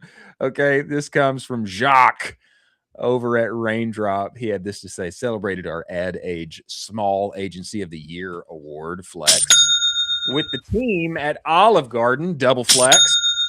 Where our opportunities for the future as an agency and the breadsticks are unlimited. Team members who worked remotely joined us at locations near their home throughout the country as well. So cool. Here's what I'll say. I mean, winning this award, totally deserving. Incredible. They do incredible work. Secondly, what I'll say, if they had dropped like a fancy Nobu or something, probably wouldn't have got that much attention. But when he says like we went and celebrated at Olive Garden, where the breadsticks and our future as well are all unlimited, it like makes me love them even more, and it gets great attention from me. I think I don't know what to say other than I think this is awesome. Also, like, I think people will be like, oh, there's just some stuff at Nobu I don't like, blah, blah. My palate's super particular. Everybody loves everything at Olive Garden. Olive Garden is delicious. It Olive is. Garden is the people's dinner. You have I delicious totally agree. breadsticks. You got delicious pasta. You also got a ton of other stuff there. It is awesome. You're never going to have a bad time at Olive Garden because at least you got some delicious breadsticks. I would consider Olive Garden to be like Nickelback and Creed.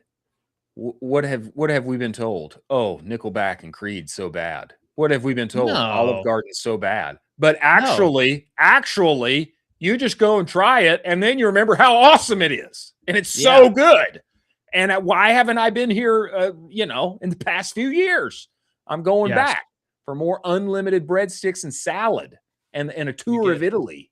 You get a stick, dip that in some butter, dip that in a little olive oil, chomp it. If you're sad after that, I'd be shocked. Yeah, bro. Who can be sad after carbo loading? You know what I'm saying? Oh my gosh. And guess what? They're unlimited. You don't have to worry about them running out. Yeah. Unlimited. You know what else is unlimited afterward? Your nap time. You go for a big boy nap after loading up on unlimited breadsticks. Yeah. Very, very astute. And I would say a double flex. We won small agency of the year. Double flex. We're going to Olive Garden where everybody's happy because of unlimited carbs. Yeah, unlimited carbs. They also have meat too. They also have meat. They do.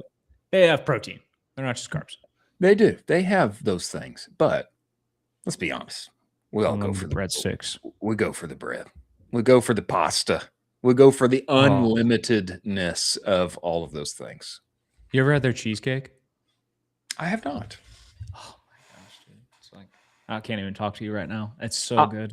I'll say this too. Don't sleep on the steak at Olive Garden. I have ordered the steak at Olive Garden numerous times. Never been disappointed. Wow. You heard it here first. Yeah, you heard it here first, ladies and gentlemen. Good on Jacques and everyone over at Raindrop. This coming to us by way of RF Kenmore. He's down on the Lululemon shopping experience. I just want to bring this up. Perhaps there is something for us to learn and take away from here. This feels very millennial, minimalist. Nothing on my website so much white space coded that was so popular, call it 5 years ago. There is something to consider here, okay? RF Kenmore has this to say: shopping experience at Lululemon has gotten dire. Everything is blurring together. Styling is unappealing. The product names are Word Soup, Steady State Superloft, Smooth Spacer, Ease the Day, Unshaken Relaxed.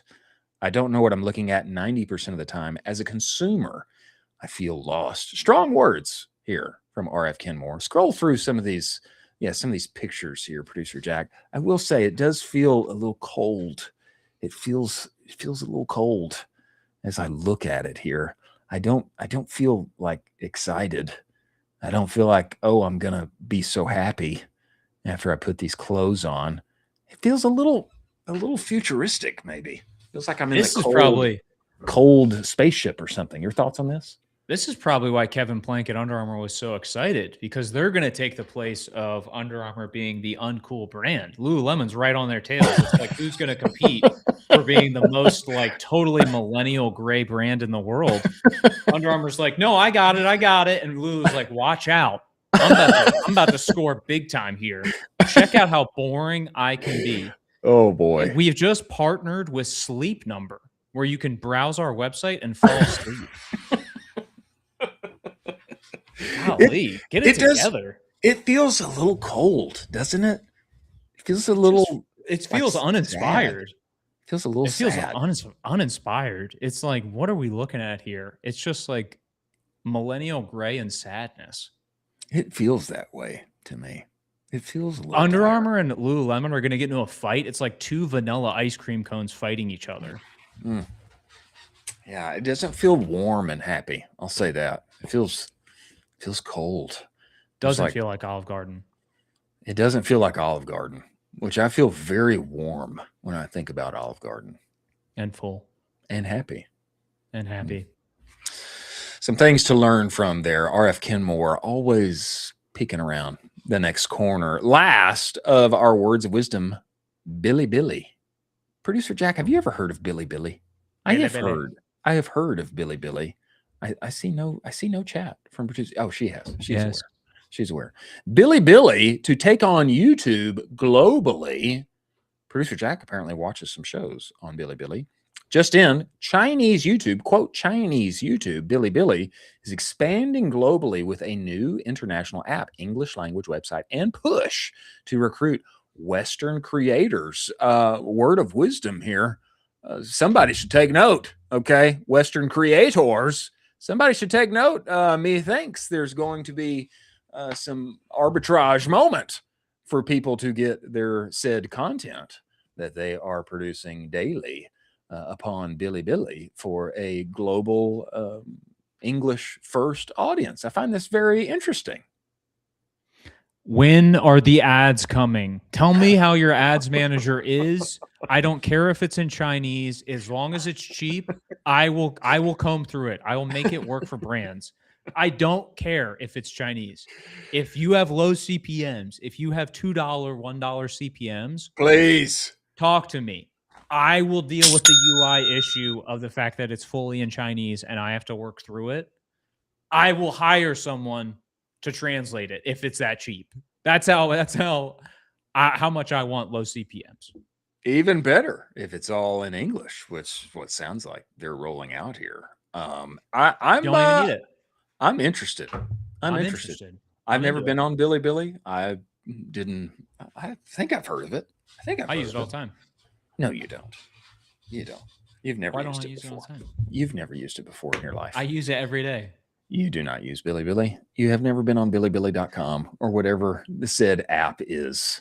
Dude, it's just becoming I'm available. Always sending you Billy Billy links. You have never sent me a Billy Billy before in your entire life. I'll be like, yo, Billy Billy, check this out. And that's how I send it. Billy Billy is kind of a great nickname. Great nickname. For the group chat. What up, Billy Billy? Billy Billy. That's fun. Moving forward to our moment of Zen, ladies and gentlemen. I have saved the best for last. I have. On our way there. A word from our sponsors over at Postscript. Play it for us, producer Jack.